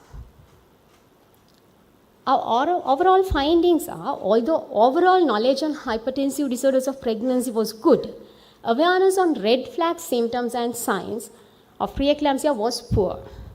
And despite having good knowledge on HDP, in more than 2/3 of the population, less than 1/3 adhere to good practices regarding prevention of hypertension. So we would like to recommend from this part of our study to develop targeted health education programs to improve knowledge and practices on HDP, especially on red flag signs and symptoms, and to focus on practical strategies to bridge the gap between positive attitudes and actual practices. And lastly, to address factors for not adhering to good practices. So without stopping there, in our multimodal approach, then we moved off exploring a tool or a test to predict preeclampsia. So for that part, let's have a brief idea about what is the pathophysiology of preeclampsia. There we discussed two hypotheses related to that. Placental hypothesis, where we discuss abnormal placentation as the key key thing in developing preeclampsia, where hypertension and endothelial dysfunction are the key facts. And the newly found hypothesis, the cardiovascular origin hypothesis, where they discuss about cardiac placental axis. They discuss about a generalized cardiovascular dysfunction, where endothelial dysfunction plays a place. So we thought of using a marker of endothelial dysfunction for our research. There are many serum markers, physiological markers, and scans in finding endothelial dysfunction. But for our study, we have chosen two markers, brachial artery flow mediated dilation and serum soluble endocrine, as the predictive markers of preeclampsia. And this is carried out for the first time in Sri Lanka, and we are taking pregnant women diagnosed with gestational hypertension for the study in their early third trimester for this. Then we do these two tests, and we are going to follow up them until delivery for preeclampsia. So what is serum soluble endocrine? It's an anti-angiogenic biomarker protein which is cleaved and released into the circulation from the co-receptor endocrine. Endocrine is present in the endothelium, and it is highly expressed in human placental tissues, and it gets elevated in situations of endothelial dysfunction. That's why we are going to use this. And we are going to measure maternal serum endocrine levels using a commercially available ELISA kit in our research population. Then let's move to talk about brachial artery flow mediated dilation, or FMD. It's a non-invasive radiological test which uses ultrasound techniques to assess endothelial dependent vasodilation. In here, we use the technique or the method based on, usually if there's a ischemia or increasing flow in the arteries, they tend to dilate. It's a normal reaction in a healthy subject. So if there's an endothelial dysfunction, this arterial dilation doesn't occur as in a healthy subject. This is mainly dependent on nitric oxide like vasodilator release, and we use this phenomenon in our test. So this is our lab setting, which is situated in the Department of Radiology, and as you can see there, we have the scan machine and a probe holder. Since this is doing for the first time in Sri Lanka, we had to develop all these gadgets which we need for the technique, from this probe holder to and the pneumatic cuff, and also the software to analyze we had built with several teams of engineers. And if I describe briefly the test which we are going to do, here we place the ultrasound probe at the brachial artery and get a clear image of the artery as shown in this image. And then we start recording the measurements for around 2 to 5 minutes to catch the baseline diameter of the brachial artery. Then we inflate a cuff, a pneumatic cuff, and that will reduce the flow in the arm for nearly 5 minutes, and then we rapidly release the pressure, which will lead to acute flow of the blood. That will cause to dilation of the artery, and then we are going to measure that part also for another 3 to 5 minutes, and we are analyzing it using a software to get the baseline diameter before cuff inflation, and then after cuff inflation and release, we get the peak diameter of that patient.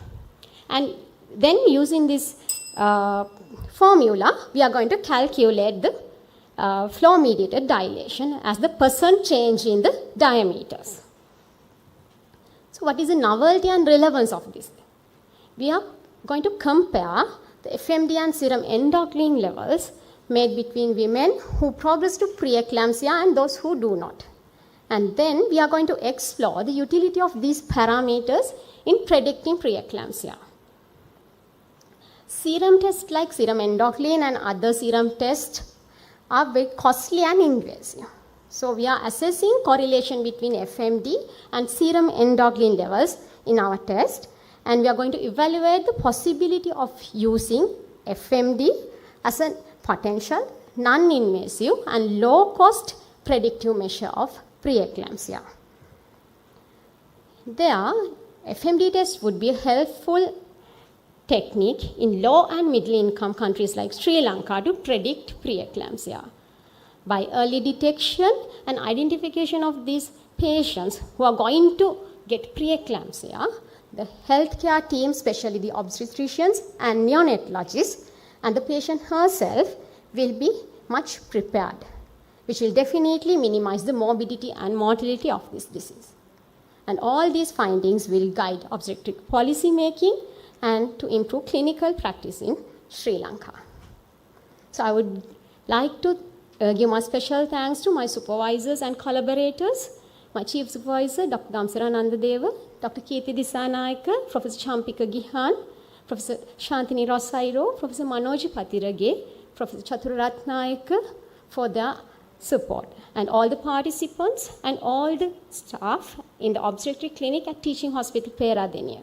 Without all of them, this cannot be succeed. So, thank you very much.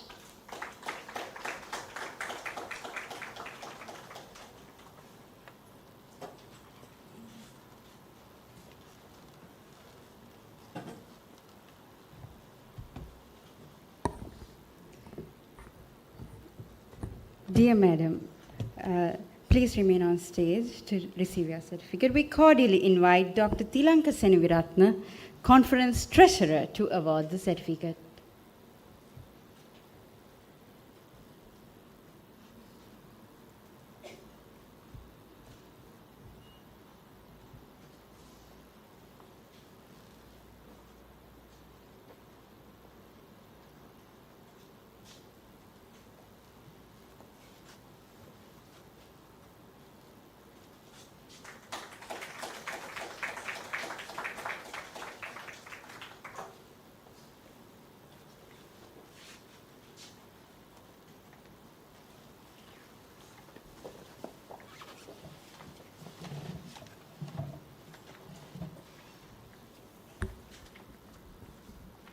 Thank you, Madam. And that concludes the thematic presentations for the day.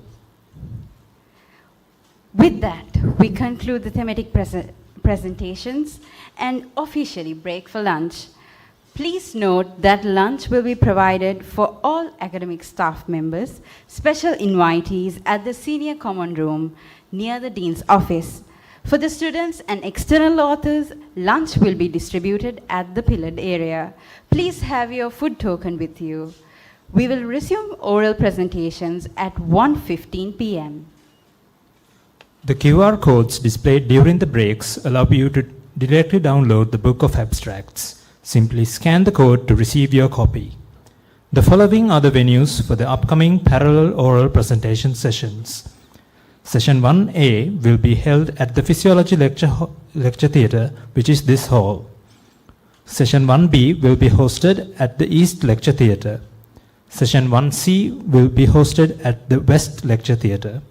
Session 1D will be hosted at the Community Medicine Tutorial Room. Thank you.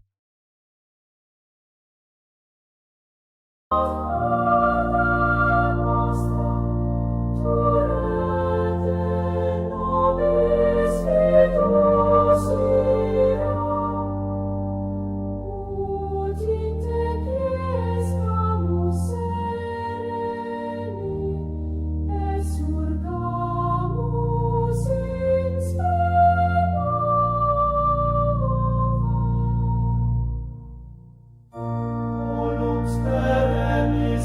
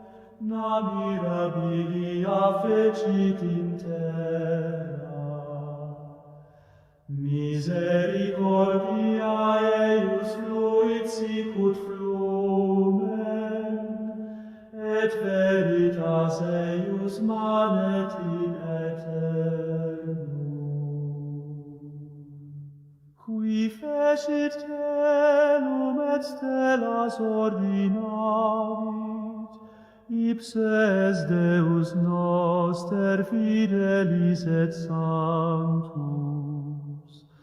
In manibus eius sunt tempora nostra, et in corde eius amor